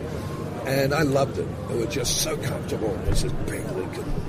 And the problem was that the gear shift would keep dropping off the linkage arm underneath the car. So one day I decided, bugger this, I'm sick of, you know, screwing around. I'll get under and I'll put a bolt through it, I'll put a clip on it, do something. So I'm underneath the car and I'm covered in oil because, of course, it's an old car, so everything's oily. Can't see a goddamn thing, so I'm screaming out for a torch, which I got. Except it had a large flame coming out the end of it. And I was like, what the fuck? I had the torch pushed under the car at me, and I'm like, And they said, what? I said, I wanted a torch. They said, you got one. And I went, one, and light comes out of the end of it. They went, you want a flashlight? Dear God, why me? So, you know, it's that whole thing. You've got to be so aware of what you're saying. So, going from that, language barriers and you know, all that kind of thing. So, when you were working with Arnie, did you find that kind of thing with him, or? No, I had an interpreter. No, Arnie was great. He really was. Yeah. I had a ball with him. He's like a big kid, and we just had a lot of fun. He had this thing that he said, just talking to me, I was really cool, dude. And the minute the actor said action, I just went totally insane. And he just said, never, ever be around him when the director says action, because he just goes insane. And that's the way I work anyway. But poor Arnie, at times, I scared the big Jesus out of him. I was just on. But we loved the story about the holding the knife to his throat. The knife to his throat, yeah, that was his whole thing, yeah. He did it, there's an interview on the internet that you can find on YouTube, which is from the actual film.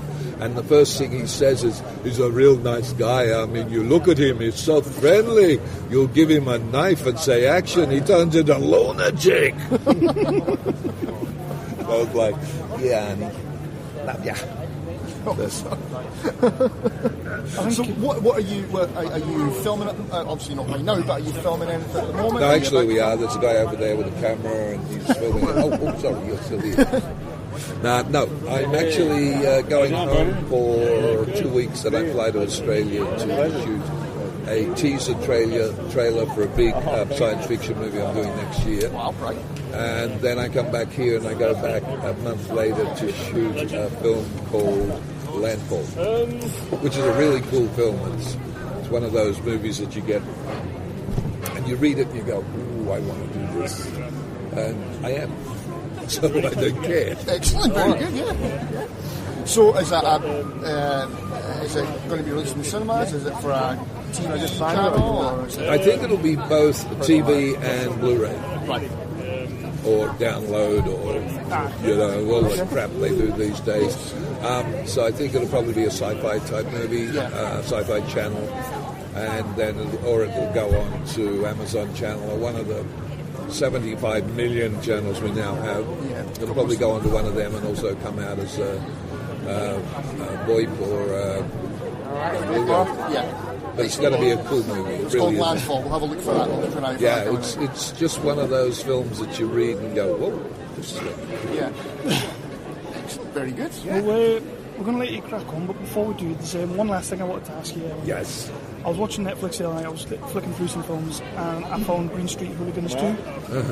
Imagine my surprise to see that you were in it. So how does that come about? Because that was typically a British movie, wasn't it? I know, but they shot the sequel in America.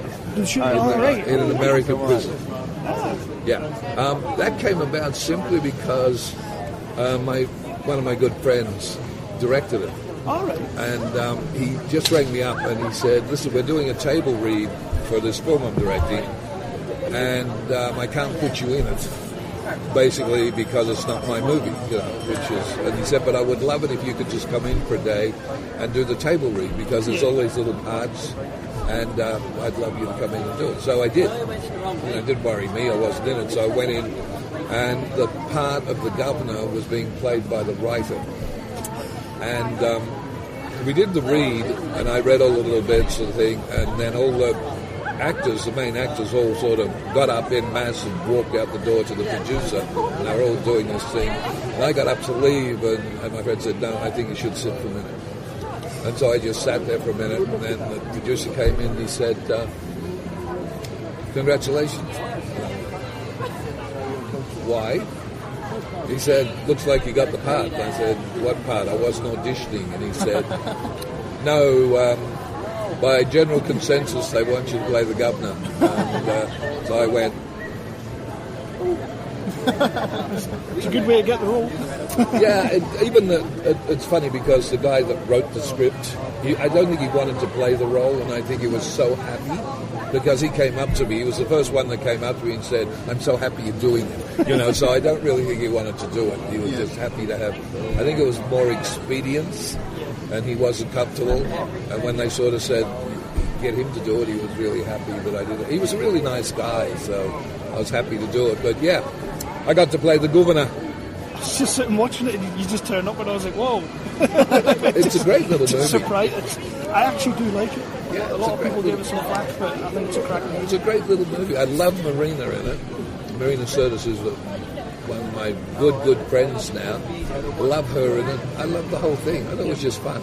I just want to ask. Sorry? I just want to ask you about it. Yeah, well, it's nice when you find a gem when you're trolling Netflix. That's true. I try not to go near Netflix. Thank you very much, sir. It was nice to speak to you. It was very nice to speak to you. We're shaking hands for those that can't see. Thank you very much, sir. I would have added that bit in later. Okay. Thank you very Shook much. Hand. Cheers. Thanks, guys. Vernon Wells, star of Weird Science, just everything. Commando, Mad Max 2, The Road Warrior, which is quite interesting because the movie that you're going to be reviewing later, it's kind of like Mad Max 2. Yeah, but we'll get there. We'll get there. Mm-hmm. Yeah, well, that was the Comic-Con. That was FCC Newcastle. We had an absolutely brilliant weekend. We're going to just quickly sort of wrap this up now. But before we do, I just want to thank Jill at Showmasters. Yeah, absolutely. She gave us she got the press passes sorted for us. She got the interview with Ross, kind of made that happen for us. And even when things were kind of going buck-shee before we got to the call. Yeah, I think we explained that on what happened on episode 33, but there was a moron on the front desk, and these things happen. And she was really good to us on that. We got all that done. She got us the passes. And I was going to say imagine our surprise, but I suppose if she works for Showmasters, we're going to see her again, aren't we? In the last episode that we went to Newcastle, we met a woman called Mary. She's a pit boss for Showmasters. Probably one of the nicest possible people we could bump and she into. recognised us as well. She totally did. She totally did. She's like, I don't recognise the names, but the face. No, I don't remember the names, but the faces. Mm-hmm. She totally remembered us. Well, she's got her business card now, so. And she's fantastic. Yeah, she is. And she absolutely is. If you're going to be looked after by anyone, you would hope it's her. And the coolest thing she said to us when we saw her on the Sunday was, well, we know you now.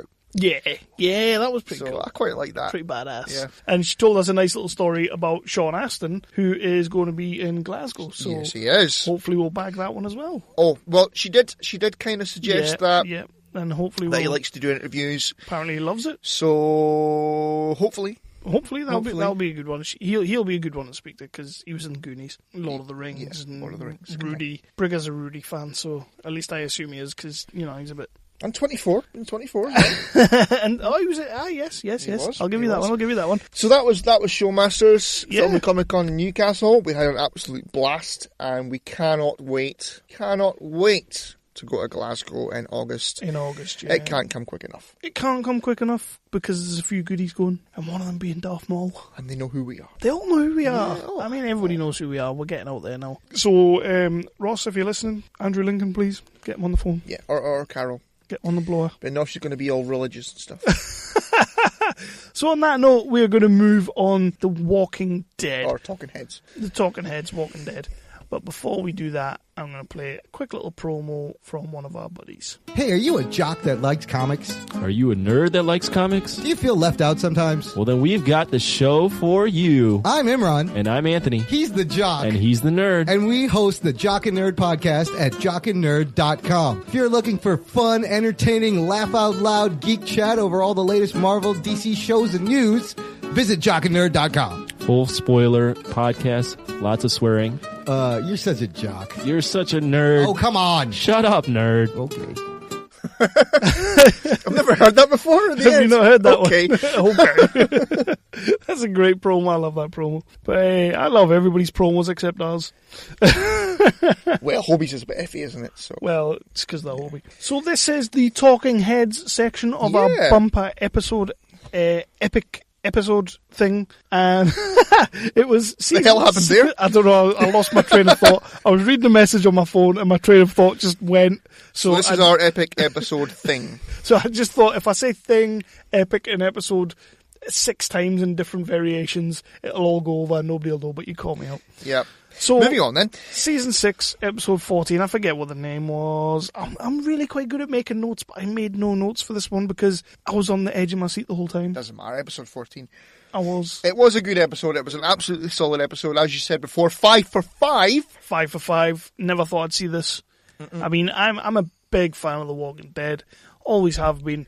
But when The Walking Dead decides it's going to fail us, it tends to fail us quite hard. Yeah. So when you get 5 episodes on the bounce, you know, from what was quite an iffy first half series, you got 5 episodes on the bounce. I know people are still whinging about the mid-season premiere, but I still think it was... Oh, shut up. It was good. Standout. Aye, it was good. So I did kind of think, I'm not going to enjoy this episode at the very start. At the very beginning, when it was all like... When it was, what's her name? The one who Abraham broke up with. Rosita. That's the one. When she was a total fucking bitch to that guy. Spencer, yeah. Yeah. Poor Spencer. Like, oh, okay then, yeah, we'll do dinner. Fuck you! Yeah, it was very much like, if I have to. But he was happy with that. He went off like a cat that got the cream. Yeah. He was happy with that. So yeah, the episode opens up with like sort of day-to-day Alexandria life. You know what? I absolutely loved that because they had a little bit of a time hop to themselves. Yeah. It streamed perfectly, I think. Didn't see any of Carl or Aaron or much of Rick in the time hop. No, or in the episode in general. Other than the little sort of prison bit with Morgan. Which Morgan's prison's finished. Yay. I might be coming round to Morgan's way of thinking. I like the fact that having a prison gives them options. I like that line. It does give them options, and I like that because Rick being an ex-policeman, this is good for him. This could be good for Rick to have that option there. He's not going to use it. He's still just he's just going to blow the head off. Yeah, he's still going to shoot first, ask questions later. But yeah. So we're getting little time hops. We see some of we see Morgan's finished the prison. Rosita's shacked up with Spencer. Carol's having a good time with what's his name. Carol's having a good time with Tobin. We did get a scene with Daryl and Carol. Now normally I love a Daryl and Carol scene, but that one at the start of the episode didn't do much for me. Is that when she was asking, you got your bike back and stuff? Yeah. Yeah. I was kind of thinking like... See, what I was thinking in that moment, in that scene was, one of you are going to die. That's what was in my head. And by the end of the episode, I pretty much agree that it's sort of looking that way. It's hard to tell which one, but it's looking that way. We get the opening credits, it comes back. Heath and Tara are still away, I'm guessing. Yeah. Sasha is kind of like watching down and she's seeing the people leaving. Yeah, she was just like being a guard type thing, wasn't she, really? Abraham and Eugene have decided, now this straight away, I knew sort of what was coming here. I kind of knew what was happening here because obviously I've read a little bit ahead, I've seen a little bit ahead, I know enough about the big things that are going to hit those big beats. So when I saw Eugene and I saw Abraham going out together, instantly I'm thinking, oh shit, like, it's coming now. It's going to happen. But then they throw you a massive curveball by, at the same time, Daryl, Rosita, and Denise decide that they're going to go out on an away mission. And I was kind of, oh my god. It threw a curveball for me because in the comics, if you've read the comic books, it's Abraham. I've read that before. I read that earlier on. He takes the arrow through the eye, so I was kind of expecting that, and it is true to form that Eugene becomes the bullet maker.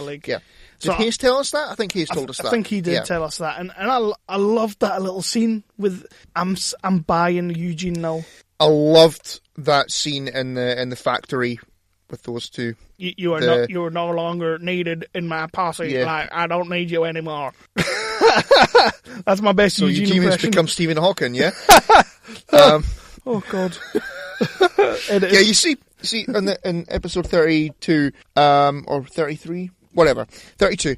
I feel we'd stepped it up a notch with the impressions, but we've kind of gone back the way. Well, you just wait till we get to our top 5. Wow. We'll be breaking some out there. Are you going to speak about Tomas? Yeah. That was appalling. Anyway, so the scene in the factory, I love that scene. Absolutely love that scene. I loved some of the one-liners. Abraham texted you last night saying you're picking the shit up with the clean end. end. Better luck picking a shit up by the clean end. And Eugene saying dibs is dibs. Dibs is dibs. Has to be the best line so far. Dibs is dibs. I know that you kind of went off Eugene a little bit. I had zero interest in Eugene until this episode, and he is again like Father Gabriel a couple of episodes ago. Like everyone, they've all kind of turned us round a little bit. Eugene, 100% in this one episode, just redeemed every single thing about him. See, I didn't have a problem with him, but then he had a full on badass moment. Yeah.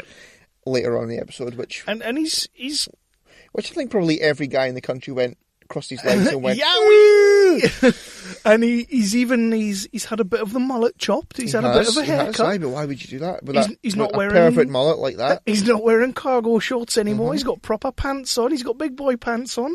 And he said dibs is dibs. Dibs is dibs. I won't lie. I was belly laughing when he said dibs is dibs. He sat there and he's like, "You had no right to kill that Walker farmer. Dibs is dibs." Oh, he's Forrest Gump now, Jesus Christ! But he's, when he starts speaking fast and he's just talking fast. Jenny. He is talking fast just to like dibs is dibs, Jenny. When he said dibs is dibs, I was 100%. I was like, and then of course when he says you've about like outlasted your usefulness to me. Just nobody could cut down Abraham like that. I'm not a smart man, but dibs is dibs. And the best of it is, he didn't even mean to be that harsh. That's just him. Just ignoring my impressions. I am, yes. It's upsetting. I am, yes. Anyway. And on the other side of the episode, you have Denise, Daryl, and Rosita. I keep forgetting who's in that little group. And they kind of go out and they're going to like a medical base. Yeah, so Denise said that when she was on the way to Alexandria, she passed like a apothecary place. Yeah, whatever one of them is. A druggie place. Not for druggies, like a place that sells drugs. Right, so it's Boots, but in America. Pretty much. Yeah. And so she kind of said, well, I want to go. Me personally, I want to go. This is something that I need to do. Which I was loving. Yeah. I was liking that. Again, similar to Eugene, you had your beef with Denise. I did not. I loved the character Denise. I had some beef, but I have been loving the little interactions she's been having so far with Daryl. Mm-hmm. So, and she explains why, later on in the episode. But to have an episode where Denise is kind of hanging out with Daryl, I was totally on board with this right from the word go. So she wants to go there and see if there are any drugs left, which is all good. Did you think there was like an ulterior motive though? Because she said something about gift shop as well, and I'm thinking, is she just going to get something for soda. Tara? It was just the soda, wasn't it? Yeah, I was kind of like, is that all it is? Because if it is, you're a bit fucking selfish. I didn't really care. She explained later on in the episode that she was feeling guilty for not telling Fist Bump that she loved her and all that. So, you know, she kind of was thinking about when she was going to come back to Alexandria. It's not going to matter, no. Well, it's not going to matter, is it? No, it's not. So they go and do their thing. One thing I do want to point out, and I've mentioned this before, Walking Dead's not exactly known for its continuity or to give a fuck about day to night sort of thing. Did you notice how pelting down with fucking rain it was? And then in the next scene, the same scene, they got out of the car and it was just bone dry everywhere. Like, there was no rain whatsoever. I did not notice that. They were inside the car and they were doing like their talking with Darren and Denise, you know, when he couldn't shift the gears, which was just fucking brilliant. That was hilarious. Because you need to... I was pissing myself laughing at that, but that was hilarious. That was great stuff. But if you looked at the back window, the side window, it was pissing down with rain. It was pelting down. And then, literally, that same scene, they get out the car and there's no rain. It's just total bone dry. You know, it obviously filmed on different days, but I'm sitting there going, come on, Walking Dead, you're better than this. I didn't notice that. Well, maybe you should pay more attention. Or maybe you're just a nerd. What's up next? They get to they are interrupted by a sort of big fuck off tree that's fallen down. Yeah. And I liked the bit where Rosita and Daryl get out to kill the walker and clear the road and stuff, and there's kind of a close up on Denise and her. Did you not think somebody was coming up alongside the van? I did, but I just liked that she was sort of trying not to cry. Yeah. So I liked that bit when she was doing that, and then obviously they can't get the tree moved, so they have to go on foot. So what I did, what did you make of Daryl refusing to go on the tracks? Was that a link back to Terminus? Yeah, definitely. That's what I thought it was. And you know what it is? There was a lot of good touches in this episode, like Daryl not being able to shift gears, what comes up a little bit later. But that was the biggest payoff in this episode for me when he was like, I ain't taking no tracks. Like, I was just like, oh. I ain't getting no plane. And really?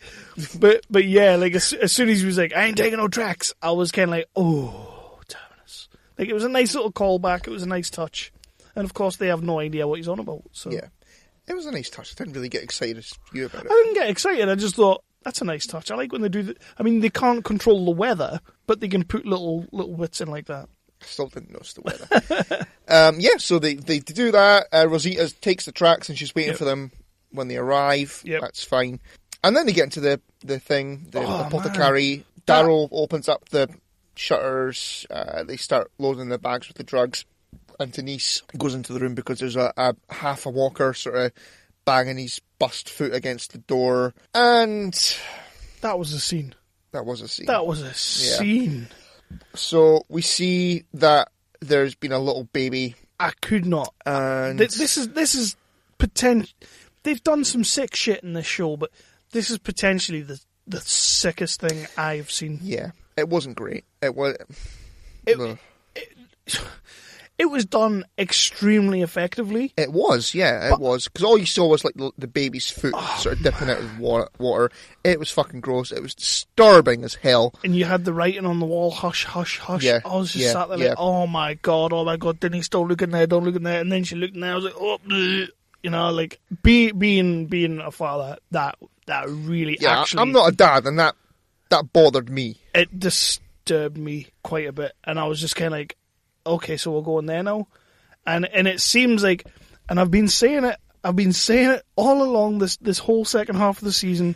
We know what's coming at the end of the season, and we know like the baddest character ever, and we know that there's going to be a scene. Yeah, they're pushing the boundaries already. They're testing what they can get away with. Well, yes, I would agree with you. There have been little comments and stuff like that on Digital Spy and what have you, where I think it's Melissa McBride said. That she read the finale script and it made her sick to her stomach. Yeah.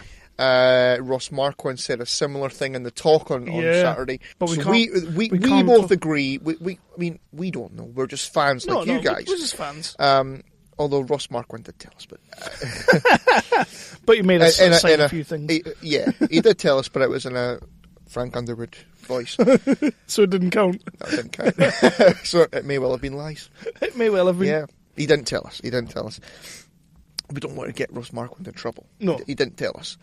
So we both think that the person who's going to die in the series finale is Maggie.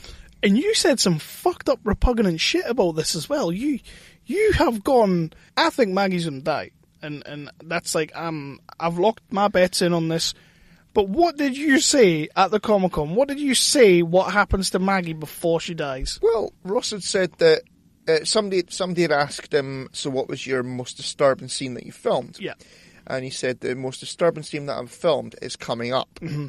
And so I said, well, Negan's coming into it and Lucille's coming into it. Somebody's going to buy it at the end of the season. So I said, well, he kills the baby first and then Maggie. Man, that's some grim shit. That's disturbing. That is disturbing. Yeah.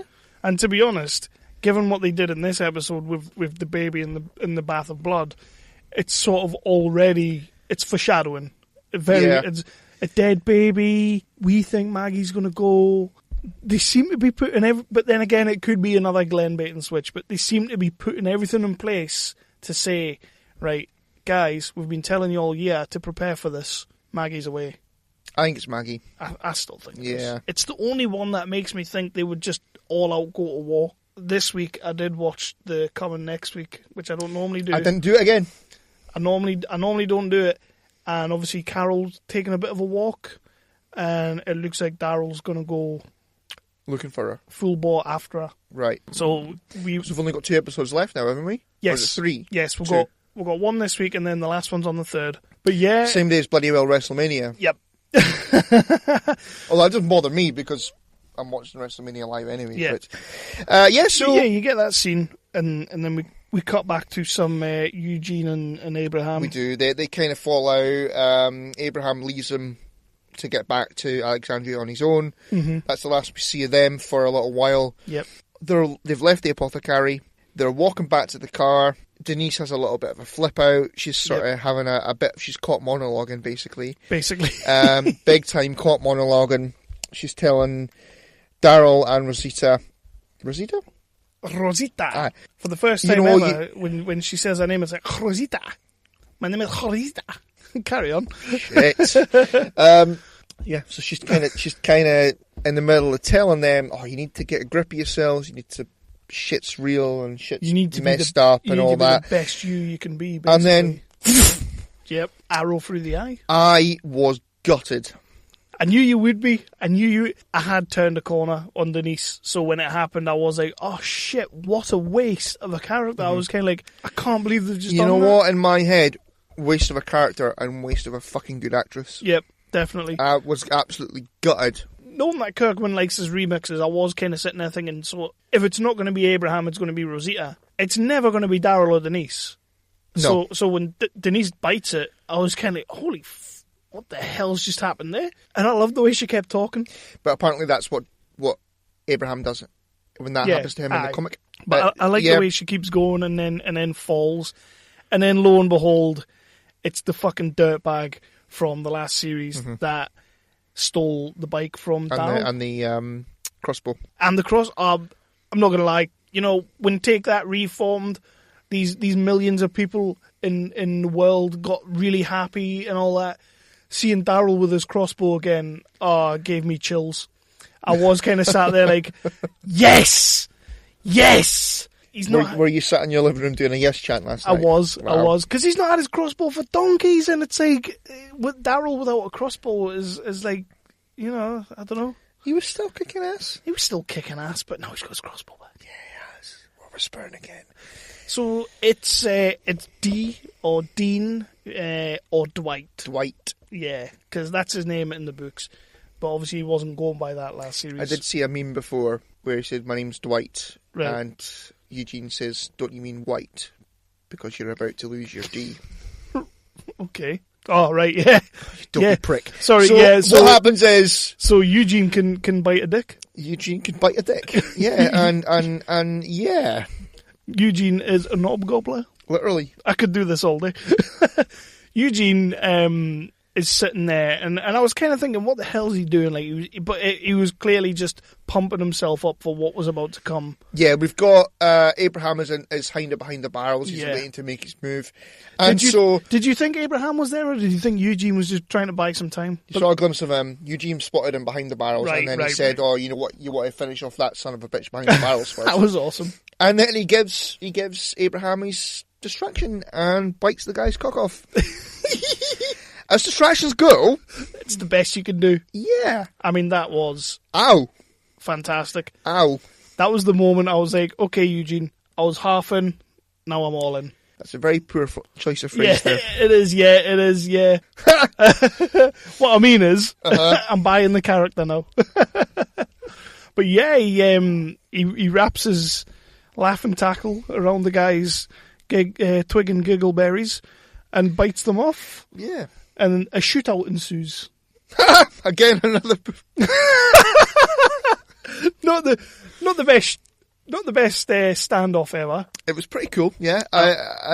Again, as I said before, I think pretty much every bloke watching this in the world crossed his legs and went... Like I say, they're pushing the boundaries, but that was just an awesome... It was sort of reminiscent of Rick biting that guy's throat out. Yes. You know, you bite what you can. And Eugene... He certainly did. He certainly did, yeah. He found a dick, so... You know, they put the guy on his knees. Yep.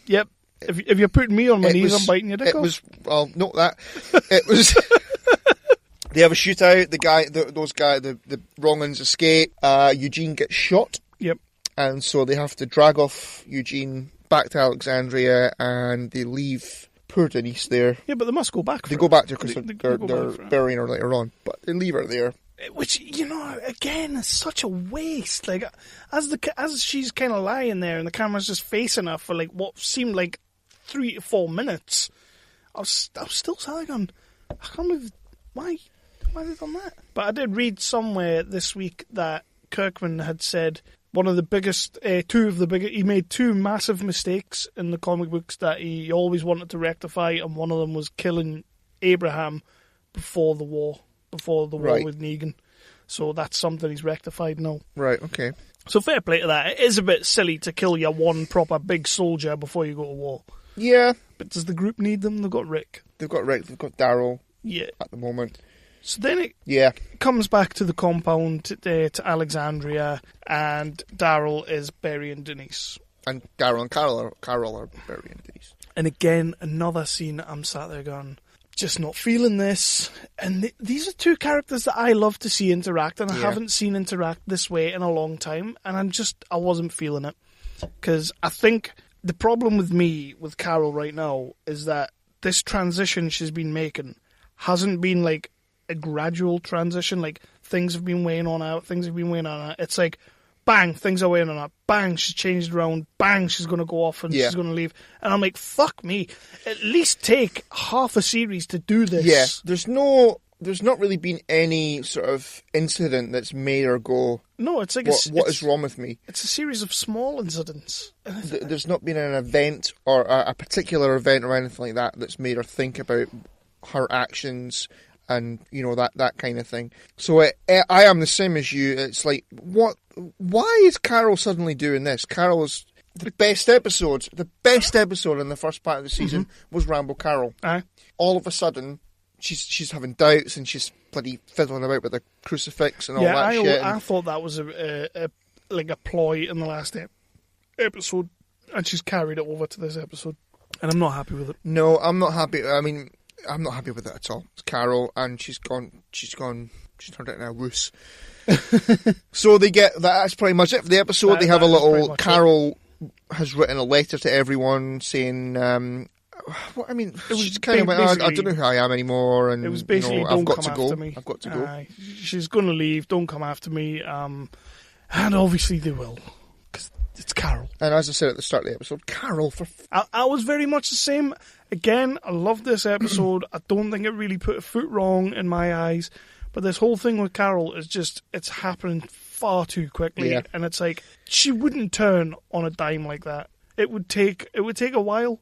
But the whole thing is, you know, I think we said this in the last talking heads is the thing is with Carol is she started off as the downtrodden, beaten wife, a victim of spousal abuse and all that, and she turned into the badass. She lost her daughter to the walkers. She had to see Rick shoot her daughter in the head. Yep. And then she slowly, gradually turned into the character, like a Shane-type character who would do anything to make sure that the group survived. Yep. Now, whether it's because the group are kind of safe now in Alexandria, so she's kind of laid off and she's found God or whatever, but it just makes no sense. That turn doesn't make any sense to me. It's Morgan. It's all I can do. Now, all I can say is it's Morgan. The one thing that I will bring up here, and I don't know if I'm read too much into it, right, or not, is Carol's buggered off. She's kind of she's finished her little voiceover of the letter. Yeah. And Morgan, everybody's kind of taken aback by Carol having buggered off. Yeah. Morgan isn't doing his, Little John sort of bow practice thing. He's just kind of stood there.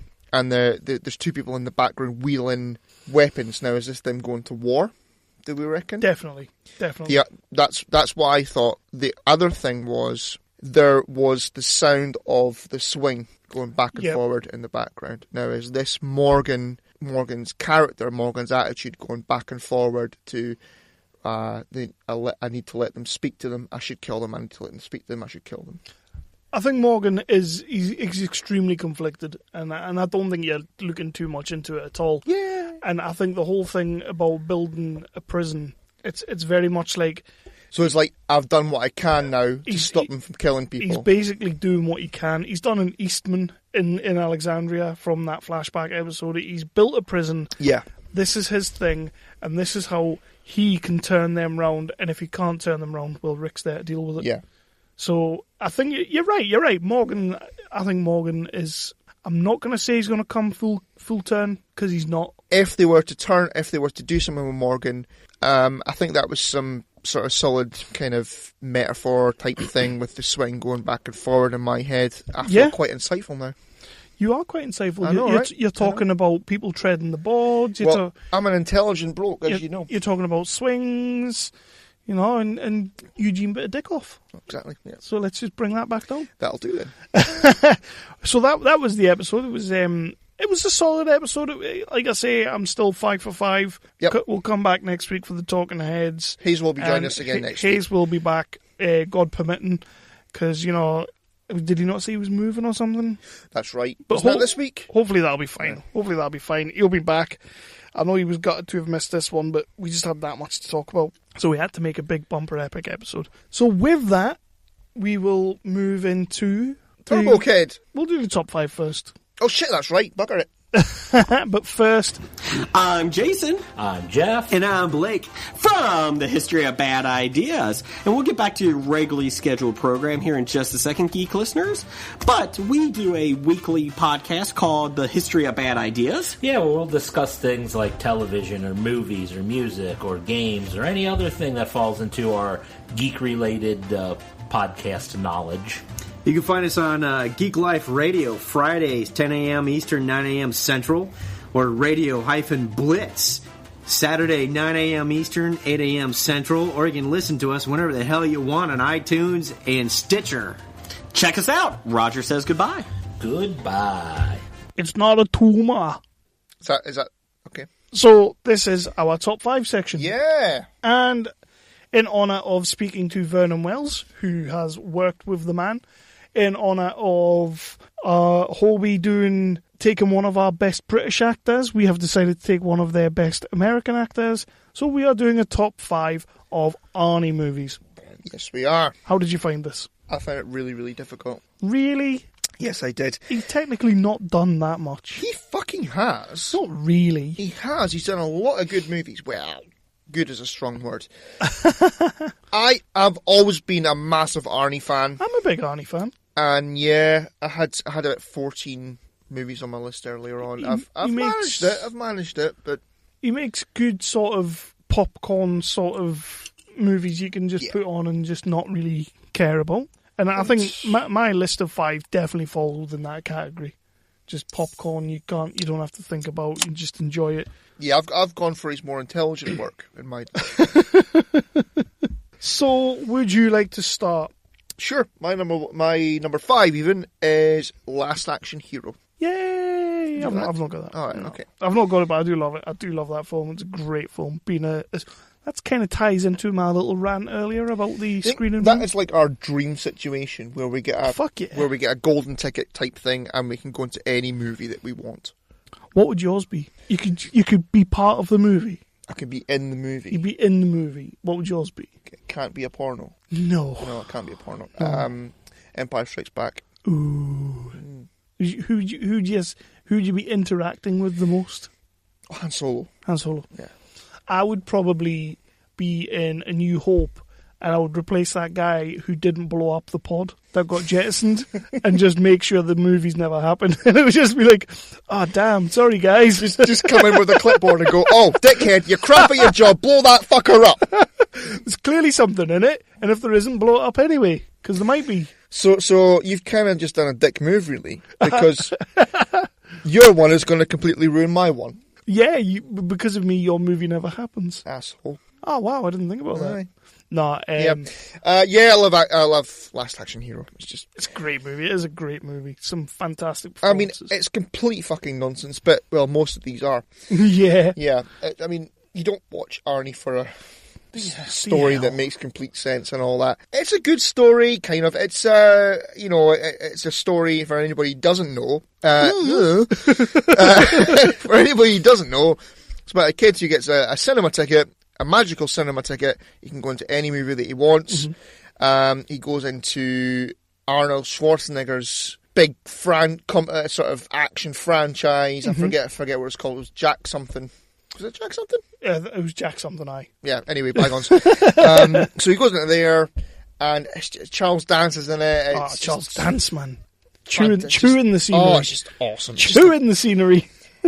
As you said, Kev, it's just a sort of Sunday lying on the couch doing bugger all, probably rough, and it's just great. So what's your number 5? My number 5 is very much a Sunday movie that you just sit down, you don't really have to pay attention to, you can just get through it without really going anywhere. It is The Running Man. Yeah, that is my number 3. I absolutely love The Running Man. It's just cheesy, it's popcorny, it's 80s. It's so fucking It is. 80s. It is. I mean, it's just good though. I mean, it's an awesome movie. There are a few movies on here, on my list anyway, and yours will be the same. That to be honest, I think our lists are going to be fairly similar. Pretty much, yeah. They were made decades ago, but I mean, The Running Man, I can still watch that shit. It's a great movie. I can still watch it anytime. A Christmas Tree. That was, for me, was my first introduction to like an Arnie one-line pun, really. Yeah. I know he's been doing it all over the place. He's punning it up everywhere. Well, he kind of just sticks with "I'll be back" now, doesn't he? Yeah, but that one, The Running Man, he's got so many when he's like, "Hey, Christmas tree," and then you've got like what is it, buzzsaw? When he's like, "What happened to buzzsaw? Eat a two split." Just great puns, one-liners. Well done, Arnie. Wasn't there a stick around? Stick around, yeah. Wow, I was quite impressed with that. That was pretty good. Good. Well done. So yeah, I'll put that at number 5. It could have easily been higher, but I have some real gems. Get to the chopper. That was less good. Yeah, that sounded Welsh, if anything. Get to the chopper. So of course, that jacket. So, yeah, my number 4 is Total Recall. Not on mine. Similar to The Running Man. It's just a fucking awesome movie. It's about, a guy who is kind of a spy-ish, sort of, maybe, perhaps, kind of, possibly. Is he in the Matrix? Is he not? Does it know by the end of the movie what he is? Oh, I have no idea. There's a woman with 3 tits in there.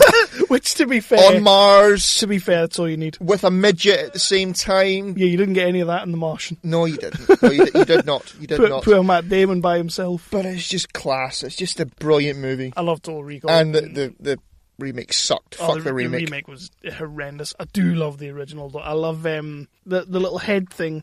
Open your mind. That thing, is it Kratos or Kratos? Fuck no. I don't know. But it's like that thing out of the Turtles. It's like, open your mind. Oh, I love that thing. So, my number 4. And you're not going to like this. Batman and Robin. Fuck you. Batman and Robin. You are joking me. Nah. I knew you wouldn't like this, and I'm lowering the tone here. I just think he's so good in that movie. He's so... I'm not saying the movie. I'm saying he, in that movie, knows he's in a comic book movie, and he's fucking loving it. He's absolutely loving it. I am actually going to agree with you there. He's just loving being in that movie the whole time. He is possibly the only good thing about that movie. Yeah. Again, good is a strong word.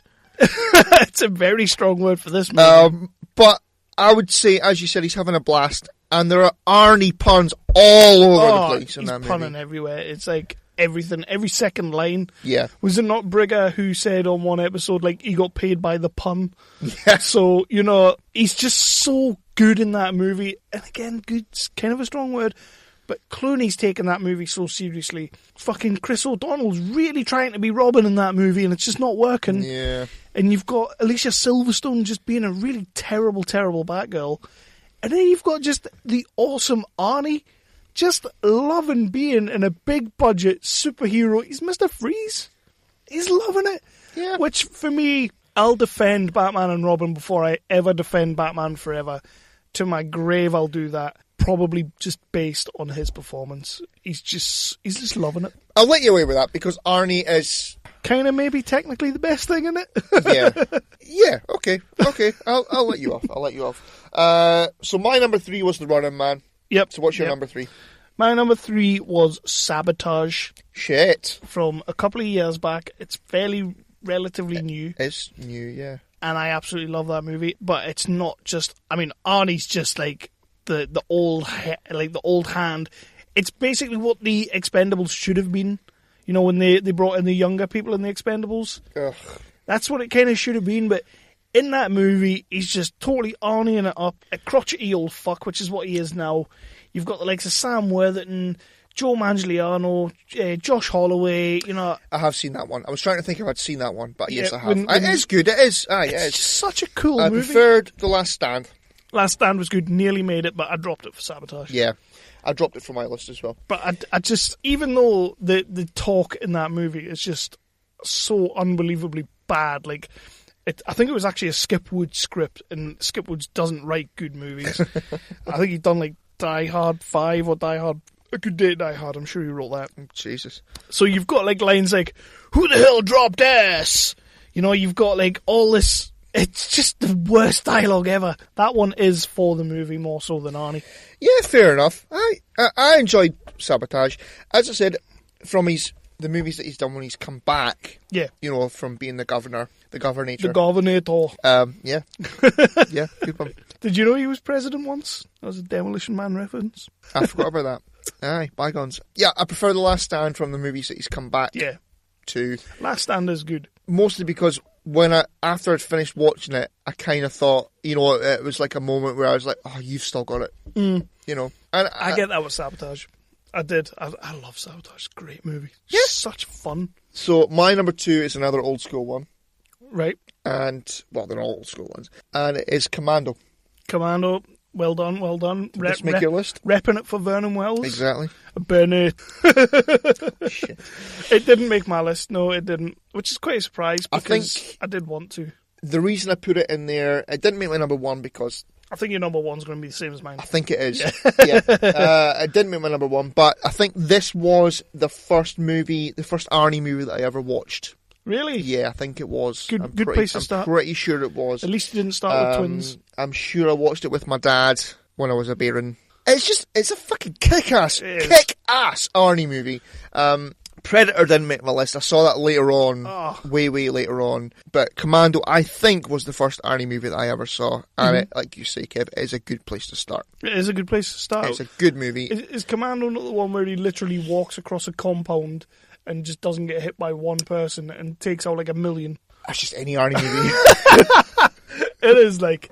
But again, Vernon Wells is in it, and we spoke to him, so that had to make our list at some point. Exactly. And I'm glad it made yours. Yeah. My number 2 is Predator. Because I fucking love Predator. Second one was completely horrendous, but massive Aliens fan. Just love the Alien franchise. Think they're absolutely immense. And then Predator came around. Okay, it's not Alien. It's not as good as those movies. But just Arnie taking on a predator, like an alien predator, just this fucking big beast of a thing, proper appeals to me. It's a good movie. Oh yeah, definitely. And of course you've got Carl Weathers in there as well, and he's just, that bit when they walk up to each other and they like slap hands and just two big muscle bound freaks. Just we can identify with that completely. We could totally not identify with that because every time I watch that, I do sit there and go, "Wow, look at that! Like, where did they come from?" They literally have cannons attached to their hands. I love the movie. I love pretty much everyone in it, and I love the cowboy guy. I think it's Jesse Ventura plays the cowboy. He's on that, yeah, definitely. And I absolutely love his one-liners when they're telling the jokes and stuff. Second one, not so much. Is that the one with Murdoch in it? Yeah. Oh god, when it comes to Manhattan or whatever, and it's like voodoo magic man and all that wank and that. Well, you're doing it again, aren't you? I did like at the end though when Murdoch's like, "You're an ugly mother," and then it goes, "Fucker." Before we get to our number ones, have you got any honourable mentions? I didn't. I didn't actually come out. I mean, there's plenty of movies of Arnie's that I do. There are love. loads. I mean, I deleted a lot. I could have made a list like yourself. I could have went through all that, but I just didn't bother. You know.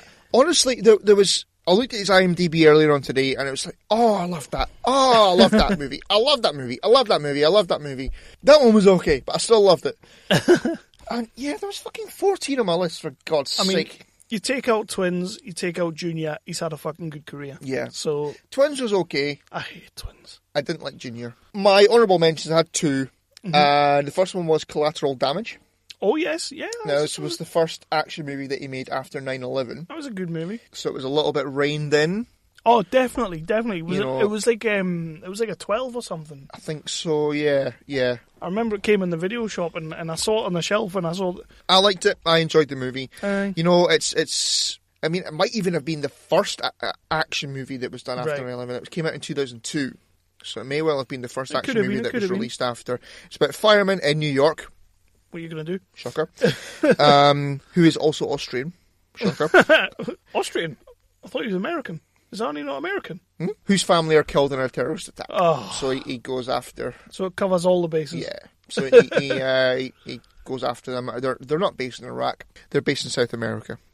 Ah, well. So he goes after them and just kicks all their asses, as only Arnie will do. Good on him. Yeah. The other honourable mention that I had was Kindergarten Cop. Nearly snuck on my list because I do just love that.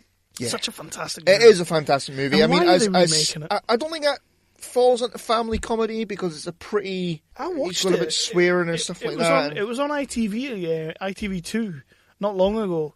And I did watch it and I did kind of sit there and think, I think I've been watching this movie all wrong. It is quite like... It's a hard-hitting film. It is. It is. Yeah, it is. And it's all about child kidnap, so... And it's not Can't go wrong. It's not a tumor. Mm-hmm. So, do we have any magical poop shoots? Let's see. So, Paul Trotter said Terminator 2, True Lies, Kindergarten Cop. Bruni. First time joiner winner, I think. Yeah. Oh, the word's spreading. This is because we gave Roughhead a shout out, isn't it? Maybe. That's what it is. He must have been on about it at work. Aye. Terminator, Twins, he said, and Jingle All the Way. Nearly had Jingle All the Way. It was number 3 for a while. Really? Yeah, aye. You cannot... It's turbo time. You cannot beat that movie. Fucking brilliant movie. It's good at Christmas. Exactly. Yeah. What else are you going to watch at Christmas? Home Alone? No. Fuck you. So Jeff from Hobie only had 3. He said Scavenger Hunt, number 1, Commando, number 2, Terminator, number 3, because there hasn't been 5 good Schwarzenegger movies. And to that, Jeff, I say, fuck you. Wow. Yeah. I might edit that bit. No, don't edit that shit. Don't edit that. Dev said The Running Man, Total Recall, Kindergarten Cop, and Commando. He loves him some Arnie movies. So this is a list that Dev gets in on. Aye. Normally he's just tearing me apart. It's Arnie, though. Everybody loves Arnie. Well, apparently not everybody loves Arnie. But Mark Bogner said Predator, Running Man, Total Recall, True Lies, and The Last Stand. Then we had some feedback from the guys at Free Trade B. Best pool team in Berwick. Allegedly. Yep, allegedly. So Richard Tucker said Terminator, Last Action Hero, Predator, Total Recall, and Conan the Barbarian. Wow. Yeah. Wow. I liked Conan back in the day. Okay. It's just basically soft porn, but, you know. Chris Meekin said Escape Plan. Ah, with Stallone. Yeah. In the prison. That was Yeah. that was all right. It was okay. It was all right. I've not seen it all the way through, but it was okay. I'll definitely give him that one. He also said Twins and Junior. Bless him. He's not getting the other two, though. He's not getting the other two, no. Mark Byrne said Escape Plan and T2. And Paul Byrne said Terminator. Yeah. Which is my number one. Is that your number one? The Terminator, not rather than T2. All right. So Terminator's number one. Well, my number one's T2. Fair enough. Then, yeah, high five. High fives all round. We did also get Bob Holt gave us some on the Twitter saying Terminator 2, Terminator, True Lies, Predator and Commando. Fair enough. Who has asked us to join a fantasy baseball league. Yes, he has. He has, yeah. Don't know anything about baseball. No, neither do I. Did you like my response, though, when he asked me what I knew about baseball? Well, I was sat next to you when you replied. I said Field of Dreams. Yep. You're going with Terminator, I'm going with T2. Yeah. I prefer the first one because it's just the original. And Michael Biehn is awesome in the first one. I do love him in that one. Linda Hamilton is fucking awesome in both of them. I prefer him being a goodie. I know that's like, is that like the only time he played a villain, the first Terminator movie? I think so. I think it'd be hard pushed to find him play a villain. Yeah. So yeah. Mr. Freeze technically, you want him to kill Batman, didn't you? He's a happy villain. Yeah. Yeah, I prefer the first Terminator. But that's not to say I don't like the second one. I get that. So that's the Arnie movies. So that is the Arnie movies. Yeah. I think that list is better than the Michael Caine ones, probably. Yeah, it'll probably just be like a dose of Christopher Nolan movies. Yeah. Should we take bets on how many times Brigger will say, some people just want to know which one's better? What, in his French accent? And he's, some people just want to watch the word burn. Have you That was actually quite a good Brigger impression, I thought. that was a fantastic. have you noticed, though, the more he does his Michael Caine, the more French he sounds?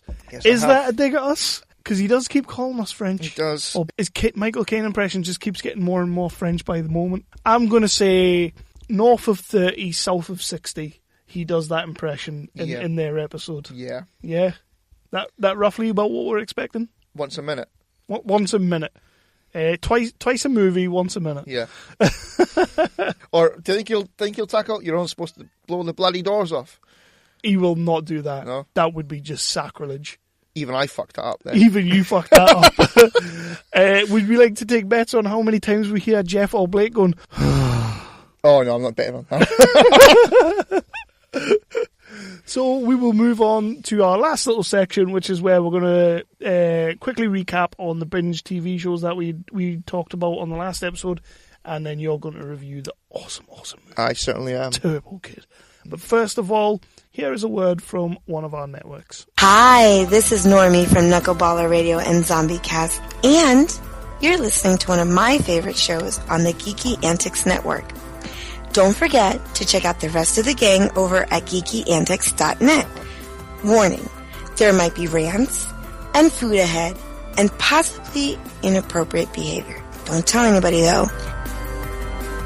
From our quick little pee break there, you got to listen to Normie from Knuckleballer Radio. Mm-hmm. That's a snazzy little promo. We love just gushing over people's promos, don't we? That's pretty much what we do all the time. We are in the final leg of the episode 34. And before we go on to our quick review of a movie that Chris had to watch, because he lost the 365Flicks championship to me. So his forfeit was to watch a movie of my choosing, and I chose an absolute fucking gem for him. And but before we do that, in the last episode, we recommended some bingey TV shows. Yes, we did. What did we call it? Like binge, yay or nay? Or I don't know. You came up with a name for it. Would you binge, or instead of would you bang, would you binge? We decided to recommend a couple of TV shows. I recommended an Australian classic, which is fantastic because the next movie we're about to talk about is Australian, or it's got an Australian guy in it. I think it was filmed in Canada or something. It's American. And we spoke to an Australian earlier. So yeah, we're really kind of tying... all comes together. Everything's tying in tonight. Professional. I gave you Underbelly. You did. How do we feel about Underbelly? I've not watched the whole thing. I've watched the first 2 episodes of it. First 2's good enough for me. And I am fucking loving it. It's great, isn't it? Yes, it is. It is. I see what you meant. I think you said to me when you first recommended it, is that it's not as, like, polished as The Sopranos, which I would completely agree with. It's great. The dialogue is good. The acting's okay for an Australian show. The characters are compelling. Yep. My favourite character so far is, I want to say, is it Carl? Carl Williams. I'm loving him. He's yeah. I'm absolutely loving him. Yeah. I was a little bit gutted. Episode 2 fella, got killed. He got shot. Oh, the Black Prince. Yes. Yeah, he's Vincent Colosimo. He plays Gadgetano. That's the one. Alphonse. That's the one. I was a little bit gutted he got killed because I quite liked him. He actually, they did an, I think it was like series 3, and they kind of go back a decade, and you get a lot of Alphonse's earlier days. Also, they do a flashback. Well, yeah, it's like another series, but it's a different time period where it focuses on a different gang. Or a different set of people. But obviously, because it's Australia, like they all sort of intermingle, sort of. There's a few different guys come into it, and you get a young Alphonse. He's a fucking brutal bastard. Like, he was worse when he was younger, but you see him, I think it was like series 3. Yeah, but I'm really enjoying it so far. I am going to stick with it. You have to. It's just such a cool... The way they do it with it being like a real story is just so cool. Yeah. I love it. I gushed over that series. I watched series 1 within like a day. I think it took a wee while for the second series to come along because they kept getting into those of bother. Because it was like, obviously there was the whole court case was going on at the time, so they couldn't, like, it was weird. So it took a while to get the second series on the go, and then they kept getting slapped with like all sorts of fines and stuff as it went on, but they got there. Yeah, well, I'm enjoying it anyway. So how are you getting on with the thick of it? What are you, have you met Kat yet, Carl's girlfriend? I don't know if you will have in episode 2. I think so. You're gonna love her. Oh man, that whole series, man, I loved that whole series. I really did. And Carl does become like one of the big players in the whole thing. I'm loving him because he kind of he wanted to become a cook. Yeah. So his big plan of becoming a cook was to show what he could do. So he pinches the guy's dog, and it was great. It was just great. He comes across as a bit of a bumbling idiot to start off with, but then you realise how fucking clever the man is. It's great. Yeah. I'm loving it. Absolutely loving it. And you gave me the thick of it. I did. Which is a British, I want to say satire. It is a satire. It's satire, yeah. You call it a satire. And it's just Peter Capaldi, and like he's just Peter Capaldi all over the place. And he makes that show. Oh, yeah. He's 100%, he is that show. And I am loving it. I'm on... The thing is, there's only like 3 episodes or 4 episodes in series 1. In series 1 there is, I said to you on Saturday when we were talking about it, that it really properly kicks in and comes into its own when Rebecca Fernt comes into it. When that happens, it goes into a normal sort of BBC comedy. Right. You know, a BBC series where it's 6 episodes. Aye. So it's like that for series 3 and series 4. Uh-huh. Those are the Rebecca Fernt series. I think I watched the first episode of series 2, and I'm loving it. I think it's fucking brilliant. But again, my Netflix has been playing up like a bastard. Yeah. So I'm going to have to get that sorted to finish it. I quite like the curly head guy with the glasses, who's got the girlfriend that works for the newspaper. Oh, Ollie. The ex-girlfriend. Yeah. He's in it all the way through, so is Glenn. He's been in other stuff, hasn't he? And he has. He's a comedian. Was he not on like Mock the Week for a while? Yeah. Like he was doing that for a bit. But yeah. He's a bit of a weasel. Yeah? Yeah. He's kind of just flying under the radar right now. He's sort of... But there was, I think it was the first episode when they were... he was going to do the guy. I can't remember. What is the guy? The main guy who's like the old one who's like a bit of a bumbling twat. Glenn. And sort of gets them through it, sort of thing. But basically, Capaldi just then comes in and tells him what to do all the time. So the main guy in the first series, he's like the politician. Yeah. He's like the minister for he's whatever. He's a bit of a fool. He's shit. Aye. But that's kind of the premise of the show, is to show you what a bunch of fucking bumbling idiots they are. You know. So that's really what you won't be able to. I know you don't vote. You don't really get yourself involved with any of that kind of stuff. I have a hard time of thinking of politicians other than that now that I've seen that show. I'd like to think there's a Peter Capaldi type character behind David Cameron. Yeah, I would have thought so. There has to be. So. But there's like later on, I'm not sure which series it is, but there's like another Scottish angry guy that comes into it, and he's just as sweary and ranty as Peter Capaldi, and it's just great. He is, though. He's just constantly dropping bombs everywhere. And I showed you when we were still at the bar, I think it was on Saturday or Sunday, sort of one of the big rants that he has in the car. And that's just great. To be honest, I put it on, and you know what, like, British programs can be like, if they don't hook you within the first couple of minutes, you've got no chance. It's hit or miss. It's like it's like Marmite. If you don't like it straight away, you're not going to like it. You know, if you didn't like The Office within the first 10 minutes, you would never have liked The Office. They caught me straight away when the guy's walking. I think it's the politician's walking into the room and Capaldi's already on the phone. I think he's talking at the Daily Mail or something, and he says something about the guy being as much use as a marzipan dildo. And within as soon as I heard him say that, I was like, I'm in. I'm in for the long run, and I'll watch this. I'll watch all of this. I definitely will. There's a scene in I think it's the last series where he's describing Star Wars to Ollie. Yeah, I think you showed me that one as well. And that's just one of the funniest things I've ever seen. He's fucking fucked his sister. I'm definitely going to keep up with this one. I'll watch all of this. It's only 4 series, so I'll bang that out in no time. And as I said to you last time, in the final couple of episodes, it's all about an inquiry and stuff. And they kind of, well, no spoilers, but Capaldi gets to do some amazing acting, some amazing work in those final episodes. He is a phenomenal actor. He's so good. He is. He's wasted on Doctor Who. Ah, shut up. So that's where we're up to. So we'll keep on watching. Yeah, we'll keep bringing that one round, and we'll keep going there. And I'll definitely bang that one out because I'm liking it so far. Without him, it probably wouldn't be as good. Nah, but. I suppose the show's built around him, sort of. It is. It definitely is. There's definitely a little team there. I think he won a bunch of awards for it. So there's a team there, but when he comes in, everybody just shuts up and he just goes off on one. It's brilliant. Yeah. Like half the time, it's like they're not even trying to fight with him or anything. He's just going off on one. Right, this is what we're going to do, this is how we're going to do it, and this is what you're going to do, this is how you're going to do it. And there was one when he was like, he was telling everybody what they were going to do, and then did he say something about him go and get me a partridge in a pear tree or something like that? There's like a line, something like that, and she's like, what are you doing? And he's like, it's a joke, that's what I do, I tell jokes. And it's kind of like, you don't really though. He was just being a sarky little bastard, and it's what works, it's brilliant. I am loving it, and I'll keep going.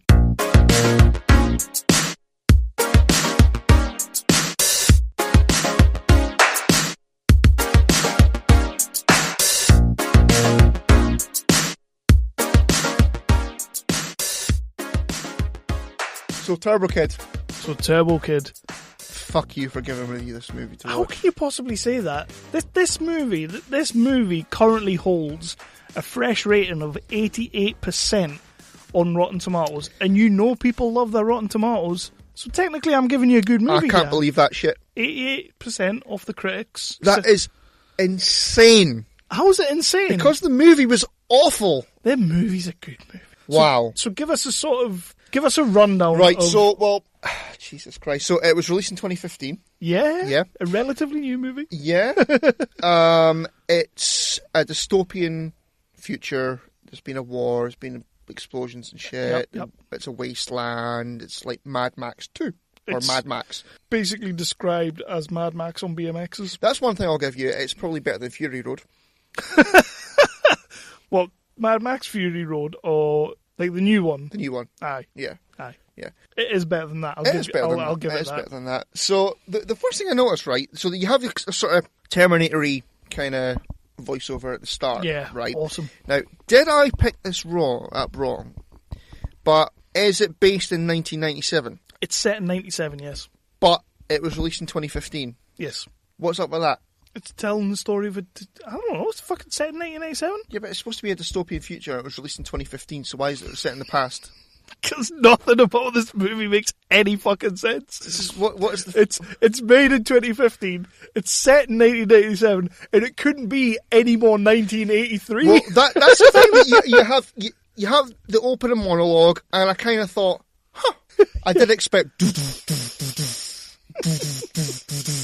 that didn't come. Instead, you got footage of a kid like he was in fucking E.T. riding his bike to an 80s monologue, an 80s the most Tron soundtrack you could ever hear. Yes, montage. That's the one. That's what I was looking for. Montage. Absolutely. I'm not gonna lie. I love this movie. That's just crazy. That's fucking crazy. I did actually write down. It reminded me of Take It to the Limit. Take It to the Limit. Yep. I'll give you that. Yeah. I'll give you that. So it's a kid who's sort of scavenging for parts. Then you get the montage. He goes back to his base which, you know, all kids have a base. All kids have a in base. The dystopian past. It doesn't matter that it was filmed in 2015. That makes no sense, though. It's supposed to be set in the fucking future when they've got fucking a turbo suit with a fucking Nintendo pad power arm thing. It's supposed to be in the fucking future. It's set in 1997. Well, there's nothing wrong with that. You can set a movie back in 1997, but have it be in dystopian future. Yeah, if you're wanting 1997 to be your dystopian future, make the movie before fucking 1997. Why? Because it makes no sense otherwise. Of course it makes sense. No, it doesn't. It's showing you what happened. We scorched the world. All we know is that we scorched the sky. Oh, alright, okay, so we've got iPhones now and shit, and that's what happened then. Don't think there's any iPhones in that film. That's some horse shit.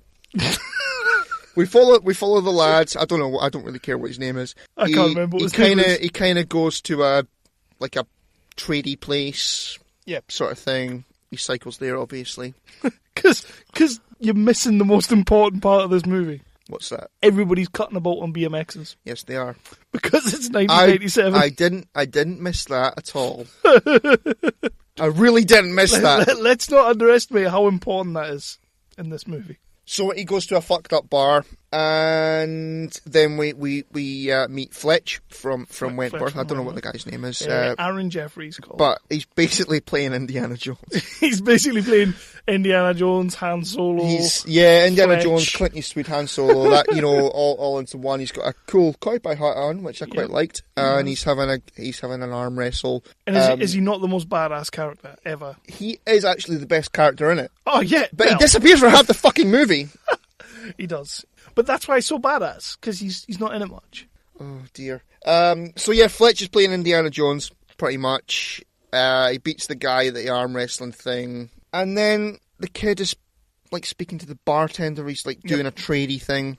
And then the bartender agrees to give him a comic book. Yeah. But it's a bit of a fucked up, perverted way that he gives him the comic book. Okay. He kind of goes like, oh, I could throw this in if you want. And it was like, you know, I just thought, what did the kid have to do for the comic book? You went dark with this movie. I did, didn't I? I don't think you were watching this movie. How can you say I went dark? The fucked up shit that happens in this movie. You've got guys being fucking chopped apart and... Yeah, but nobody's getting molested. Molested? No. No more cider for you. I just thought that he kind of said it in a creepy way. Okay, and I thought... Okay, that's how you read it. That's how I read it. So then the kid goes away and he sat on a swing... Reading his comic book out loud. Which is Turbo Kid. It's Turbo Man. Turbo Man, sorry. Come on now. And then, well, a sort of weird psycho lass kind of turns up and... Did you not love this? Did you not love this character? Yes, I did. This is my... You didn't, did you? No. This is possibly one of my favourite characters in a movie that I've seen in a long time. I absolutely loved her. I just thought she was so damn cool. And then obviously you kind of get the twist. But is it a twist? It's not a twist. It's some bullshit is what it is. So she's like a bit mental. And she's a bit mental and she's like, Anne! You know, like flinchy and fucking all that shit. And she's called Apple. She's called Apple, which is just appalling. So they're kind of speaking away and stuff. I think he bails because she's like, she goes over and speaks to her, like, ex-dead owner or whatever who's lying all skeleton-y. We cut back to Fletch, aka Indy, who's riding on his bike with a muckle fucking flag on the thing, which again, that's just not Indiana Jones, is it? No.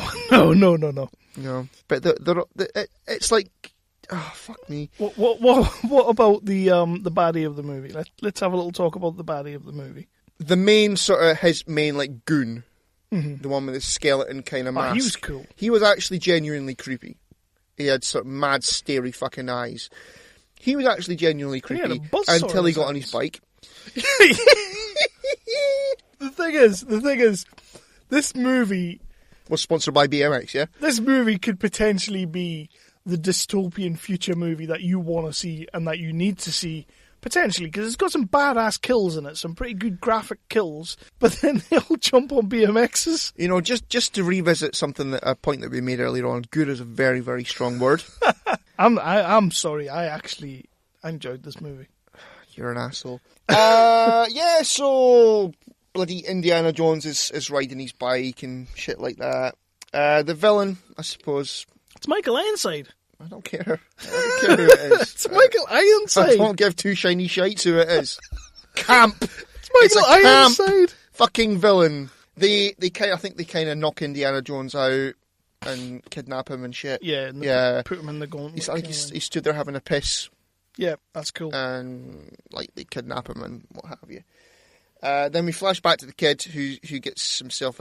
I think he dies here because he has a blue shiny thing, blue bulby thing on his wrist. Right. Gets an electric shock from it and knocks himself out. And you took that as he died? Yeah, I think he died because he was reading a Turbo Man comic and then magically later on, not too far ahead, he finds the fucking crashed ship. I think he's dead. Wow! Yeah. At what point in the movie did they tell you he's dead, though? Oh, I just interpret it that way. I'm very insightful. What the fuck? I'm insightful as we know. Don't question me. No, there would be a bit in the movie where you realise that he's dead. They would tell you that he's dead. No, they wouldn't. Yeah, it's like a Nolan film. You interpret it as you want. Wow. He's dead. Wow! You know what it is? I enjoyed this movie for what it was. You saw so many layers I don't think anybody else saw. Is that why it's got 88%, you think? I think you've made your own movie. Wow, shit. Well, fucking better than this. You've tried to find a way to enjoy this movie and in turn ruined it for yourself. Well, that's why you didn't like it. Mr. Carlin helped me with that. So then we go to a torture scene where Indy is, or Fletch is tied up. The big bad sort of says, "Oh, check this shit out, my torture thingy," and he goes like, "Flames!" But then the flames kind of go, and I did laugh at that bit because it reminded me of Austin Powers, where he goes like, "All I wanted was a frickin' shark with a frickin' laser beam." So yeah, but then they have a bloody a sort of spinny thing where he doesn't he do an arm wrestle again, and he bloody puts somebody's head into it and all that gory shit. One thing though, the kills in this movie, the kills are pretty cool. No, they're not. They're not. It's gory bullshit. There's no need for it. They're over the top and a bit eccentric, but they're cool. Fletch gets his hand chopped off. Yep. Just after he's talking smack with the one-eyed guy, and he goes, "Oh, I've got my eyes on you, I can only see one. I've got my hands on you, I can only see one," and stuff. Yep. That's pretty much the dialogue. Is that the dialogue? No. Hang on. I thought the dialogue in this movie was pretty badass. I thought there was I argue. Are you fucking joking? The dialogue in this film, as simple as it is at times, it's great. Right, you know what? When we were speaking to Brigger on the Twitters earlier on, where we kind of toyed about the idea of you getting the Hoy and Brigger coming on. That's becoming more appealing right now. I gave you a good movie. You did not! 88%? So Fletch gets his hand chopped off. He's screaming like a bastard. Didn't drop his fag. That's some Indiana Jones level hardcore shit. Bullshit. And then this is where the movie doesn't know where it wants to be. Oh, this movie knows exactly what it wants to be. No, it doesn't. How doesn't it? Because then we cut from Indiana Jones, Fletch getting his fucking hand chopped off, a guy getting his eye mashed in Joker style to a fucking blender, gory as hell, and then we cut to two kids having fucking, playing tag. Yeah. No, not yet! What's wrong with that? So Apple and whatever are fucking playing tag. And who could possibly give two shits about them playing? It's like, tell me Indiana Fletch's story. Indiana Fletch, no. That's it. I like that. Indiana Fletch. Put a hashtag on that. No, let's not. So they're playing tag, and then people show up, and one of them's dressed like fucking Big Trouble in Little China. Yep. The kid falls into a spaceship because he's dead. He's not dead. He is dead. I have no idea where you got this. Because he electrocuted himself and he died. I've got no idea where that came from. He died. And how can you possibly explain this bullshit? The robot girl gets blown up 6 times in the movie. We'll come to that, my friend. We'll come to fucking that. Believe that. Can't teach that. That's why he's dead, because she's a robot now. Right, carry on. So he falls into it, and he finds the suit. And first of all he finds the most 80s fucking thing you could possibly find is a lightning ball. That's the arc reactor. Which it's not. It's like Tony Stark called. He wants his technology back. Fuck. the Tesseract. So he has. It's not a Tesseract. It's not a Tesseract.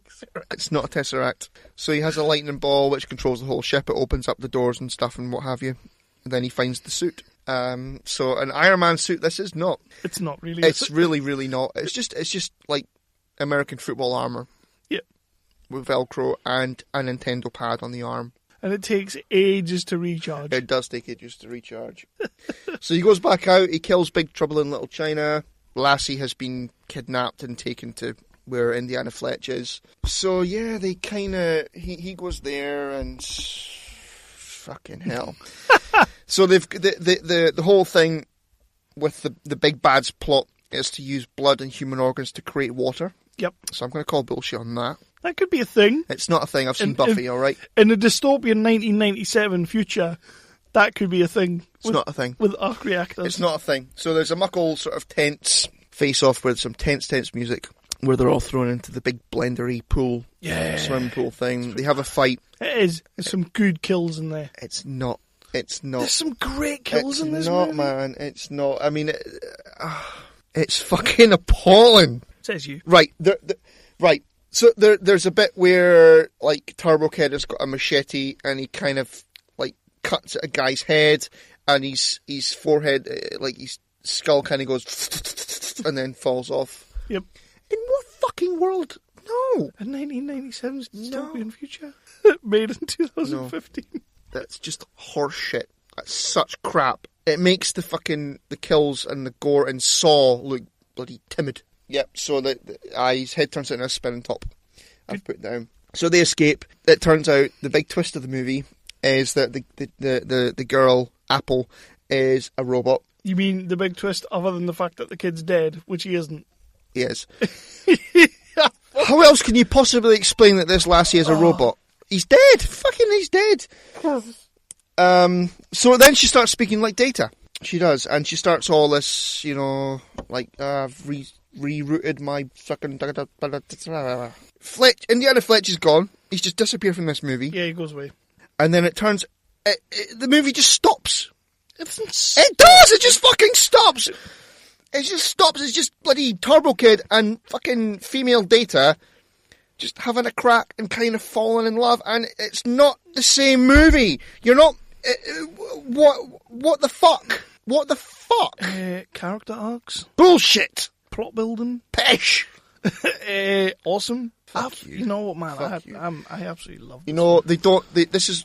They don't know what movie they're making. They know exactly. No, they don't know what movie they're making. They're either making a fucking movie about, like, a kid's movie where a kid doesn't die and finds a fucking magical suit with a magical spaceship and and has superpowers.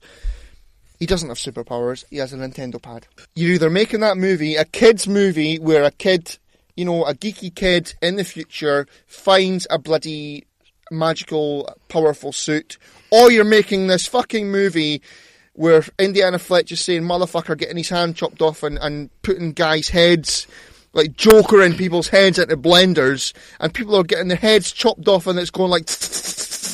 These are two different movies and it doesn't know which one it wants to be. It knows exactly what it No, wants it to be. doesn't. I beg to differ, good sir. No. So they get chased, again. Really, the main big bad, kind of. He's the creepier of the two. Mm-hmm. The skeleton mask fella. Doo, doo, doo, doo. Apple gets her head chopped off. She dies for the first time in the movie.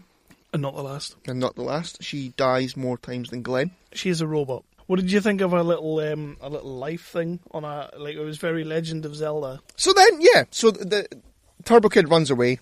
And he kind of goes into like a trippy sort of thing, like it's gas or dinosaurs and shit. Yeah, that was a bit weird, that bit. That was, yeah. That bit didn't because he's dead. That bit didn't make much sense. Because he's dead. He has a flashback because Turbo Kid and Big Bad have history. Ooh, they've got beef. Because it turns out that the Big Bad killed Turbo Kid's mother. Dun, dun, dun. Because they have to have history because fucking... movies. Plot reasons. Yeah, because plot. Yeah, exactly. Plot devices. Yeah, so that's just pish. And then Fletch comes back into it, and he's got Turbo Kid, who's all trippy and like spaced out and dead, and his sidecar on his bike with the flag in it. Because even Indiana Fletch is kicking about on a BMX. So pretty much that's us coming towards the end of the movie. They're coming onto the big face-off, the big climax of the movie. Indiana Fletch tells Turbo Kid that he's gonna go in. He's got to kill the big bad and stuff. So they face them off in a sort of like a quarry or whatever's cheapest. So it's 2 versus an entire army. Yep. Funnily enough, the army isn't too keen to fight more than 1-on-1. No, they don't. No, they're not keen on that. They're a sporting army. Yep, very sporting. So they wait for Turbo Kid and Indiana Fletch to kill them off one by one. Because budget reasons. Yeah. Speaking of gore, Indiana Fletch pulls a guy's jaw off and then stabs him in the eye with it. Awesome. Horse shit. Great kill. Horse shit.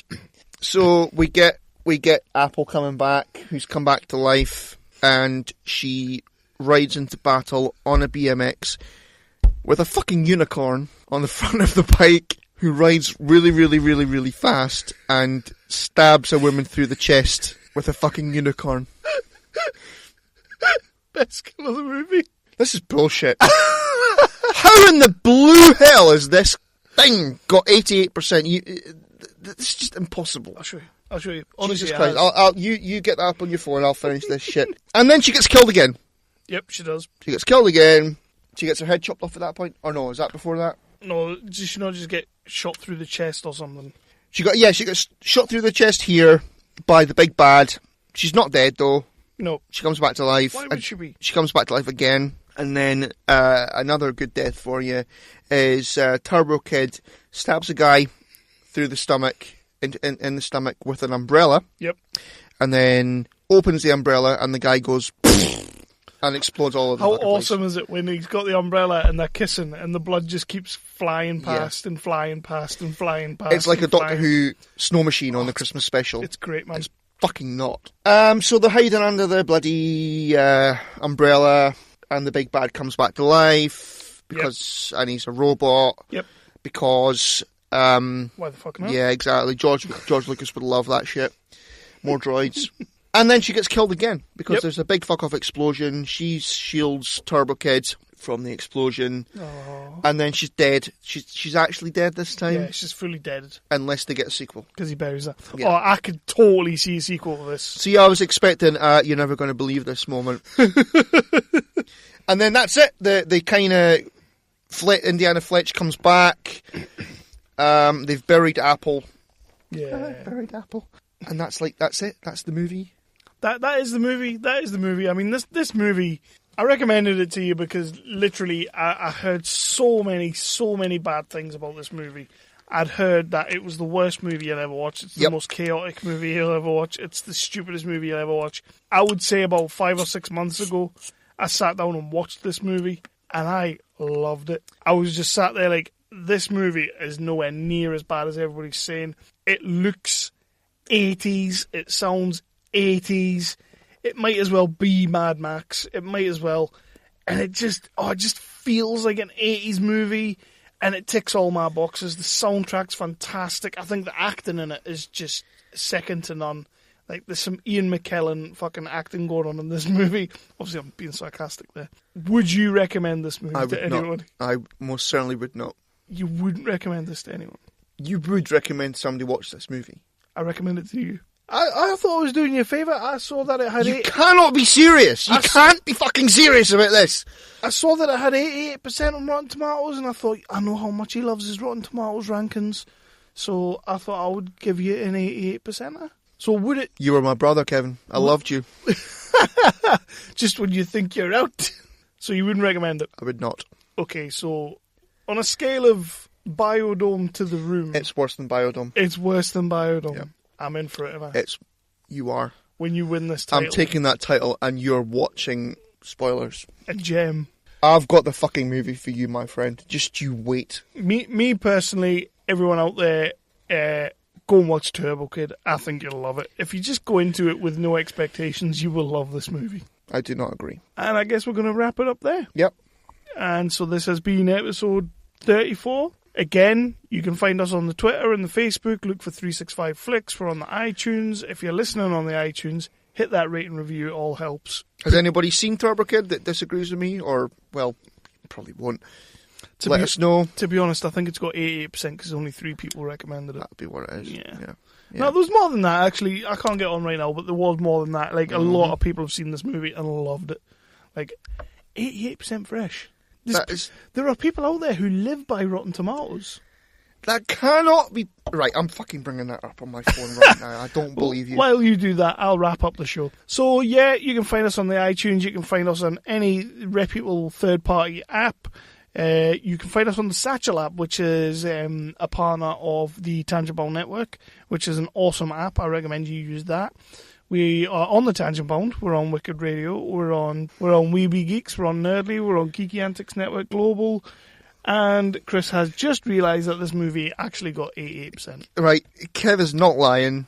On IMDb, it's got 6.7 out of 10, 88% on Rotten Tomatoes, and 60% on Metacritic. How the fuck? How is that possible? If you want to watch a cheesy as fuck, gory as shit, stupid as hell movie set in 1997, made in 2015, post-apocalyptic, 80s as fucking hell soundtrack, kids going about on BMXs. You want to watch an 80s soundtrack movie, watch Drive. No, you don't need to watch Drive. This piece of shit. Watch Turbo Kid. Don't. It's bad guys going around killing each other, hacking each other's heads off on BMXs. If you loved E.T., you will love this movie. Don't say that. Because they're on BMXs. Don't say that. Do not say that. So, you're not going to lose this title again, are you? I'm getting that title off of you at WrestleMania. I shall retain. You're going dramatic again. I shall retain my title. I'm treading the boards, mate. Going to go all Ian McNiece on your ass.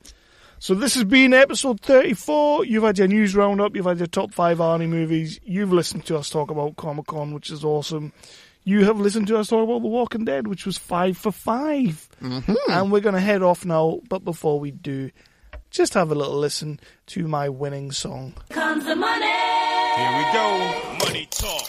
Here comes the money. Money, money, money, money, money, money, money, money. Dollar, dollar, dollar.